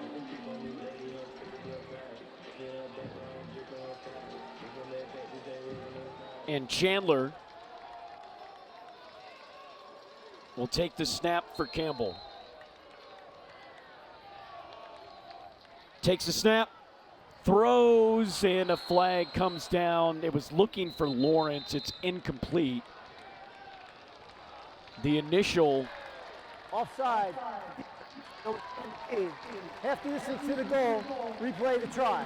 Boy, a big penalty going back and forth in this game. Big penalties, and that was a huge one. As it looked like Bryant had that play diagnosed. Yeah, these penalties have really changed the game. It's going to give Campbell another opportunity, and the impact has been just monumental on both sides.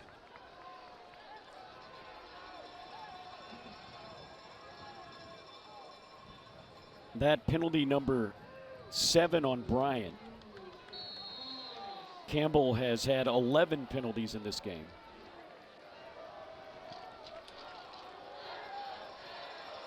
King is back on the game and on the far side.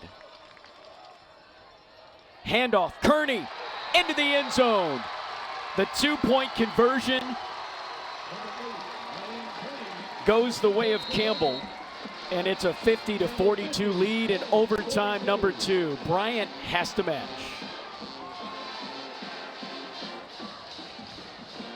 And I like how Campbell, after that penalty, just go ahead and punch it in on the ground. Trust your offensive line of that running game that's been so good tonight. The next series.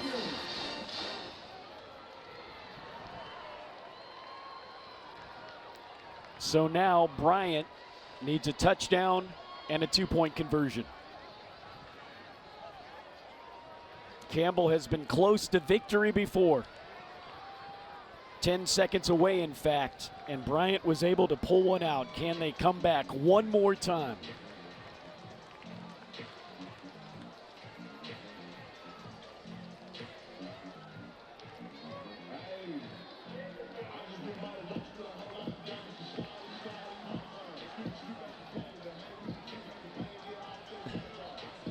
This penalty is going to put the ball much closer, right at the 12-yard line. An unsportsmanlike conduct. Dante Jones.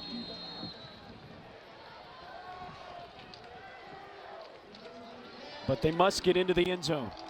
Elliott makes the cut, puts his head down, and fights forward. What a run.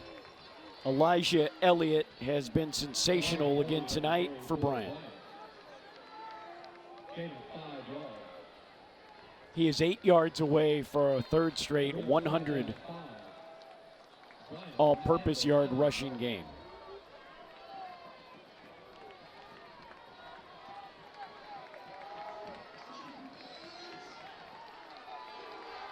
Myers the back.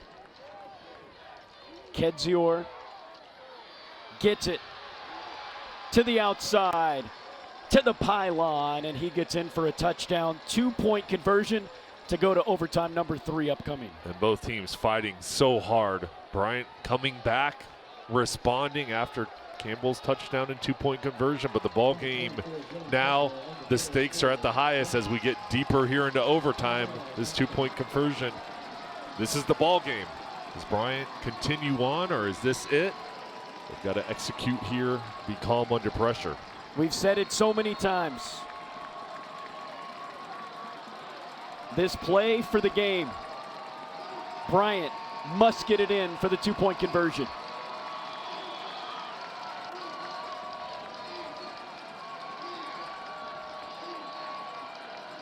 Riley, Colick to the right.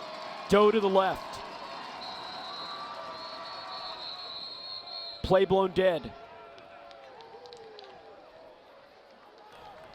Timeout. Campbell. Interesting. Another late timeout. We saw it, of course, when they were lined up for their two-point conversion that might have kept overtime from happening at all. Well, and both coaching staffs doing a great job with their timeouts, waiting to the last second, seeing the look of the opponent's offense, then blowing the play dead. And Campbell's going to huddle up the whole team for this final discussion. It's interesting there because Bryant was going to run the ball on the two-point conversion. They weren't going to throw it. That was a running play.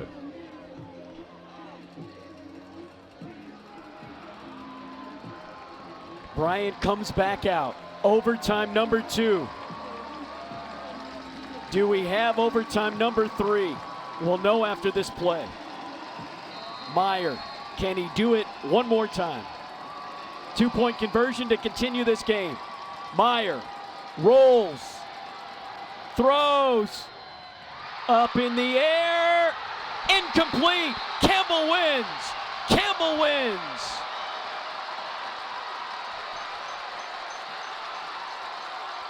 (50-48) in 2 overtimes.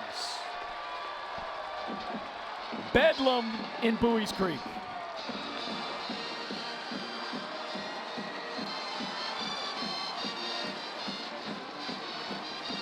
What a game.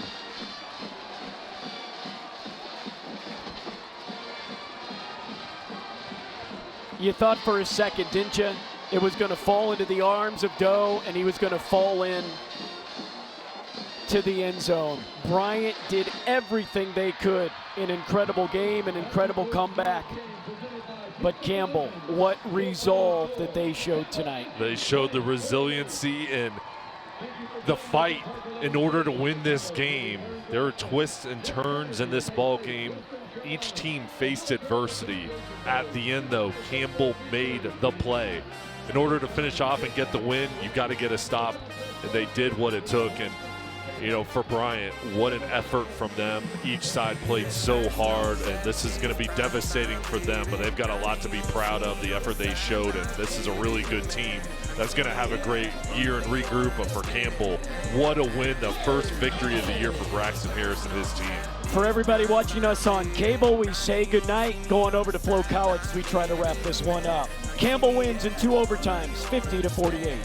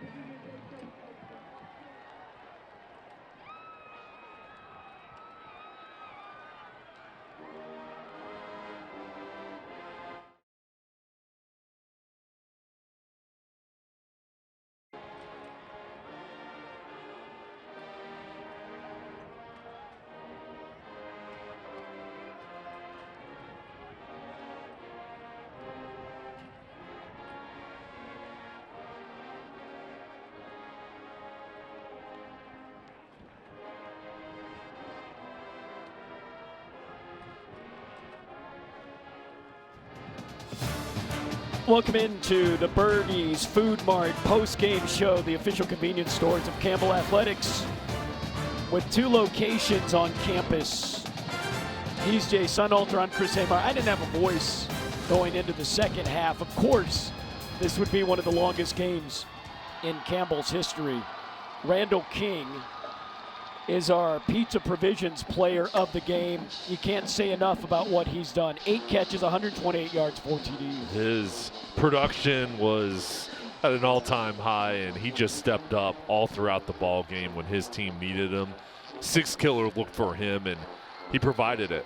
He was a security blanket, a big play wide receiver, and this was a huge one. When Campbell needed something to happen, they were down, and he come away with a home run, and his talent is evident. It just sticks out, and what a game, and the emotion and passion that he brings to this team was huge tonight, Chris. I mean, unbelievable. 4 TDs, including those 2 back-to-back.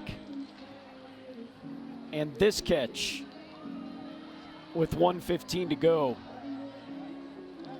Just amazing what he did tonight. 6 killer against all odds. This is the trick play that got Campbell into the second overtime. I mean, Randall King pulls this one out of the fire, and the celebration will go on to Bowie's Creek long into this already long night. These players and fans deserve to celebrate this one. This was a hard-earned victory, and there were so many times tonight where this game could have gone the other way, but Campbell found a way to execute when the pressure was at its highest. Randall King, our Pizza Provisions player of the game. Pizza Provisions, the official pizza of Campbell Athletics. What an amazing job by our crew, led by Lyndall Suggs. For Emma, Jay, I'm Chris Ameyer saying so long. Campbell goes to 1-1 in the CAA with a 50-48 2-overtime victory over Bryant. Good night.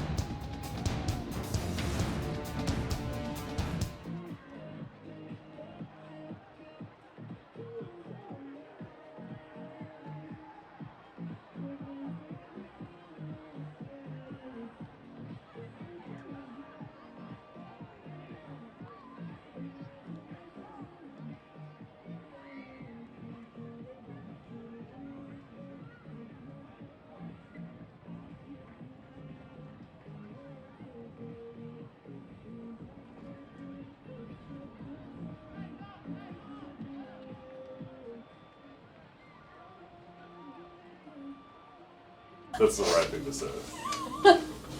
Good Lord. What do you think, Chris? I mean, it's just... Happy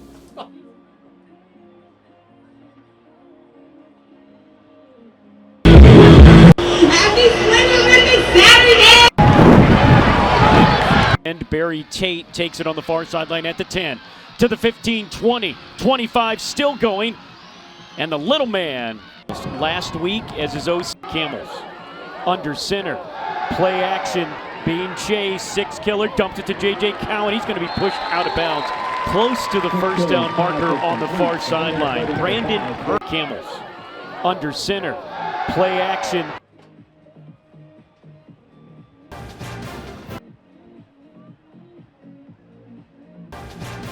It's a hot 88-degree day in Bowie's Creek, North.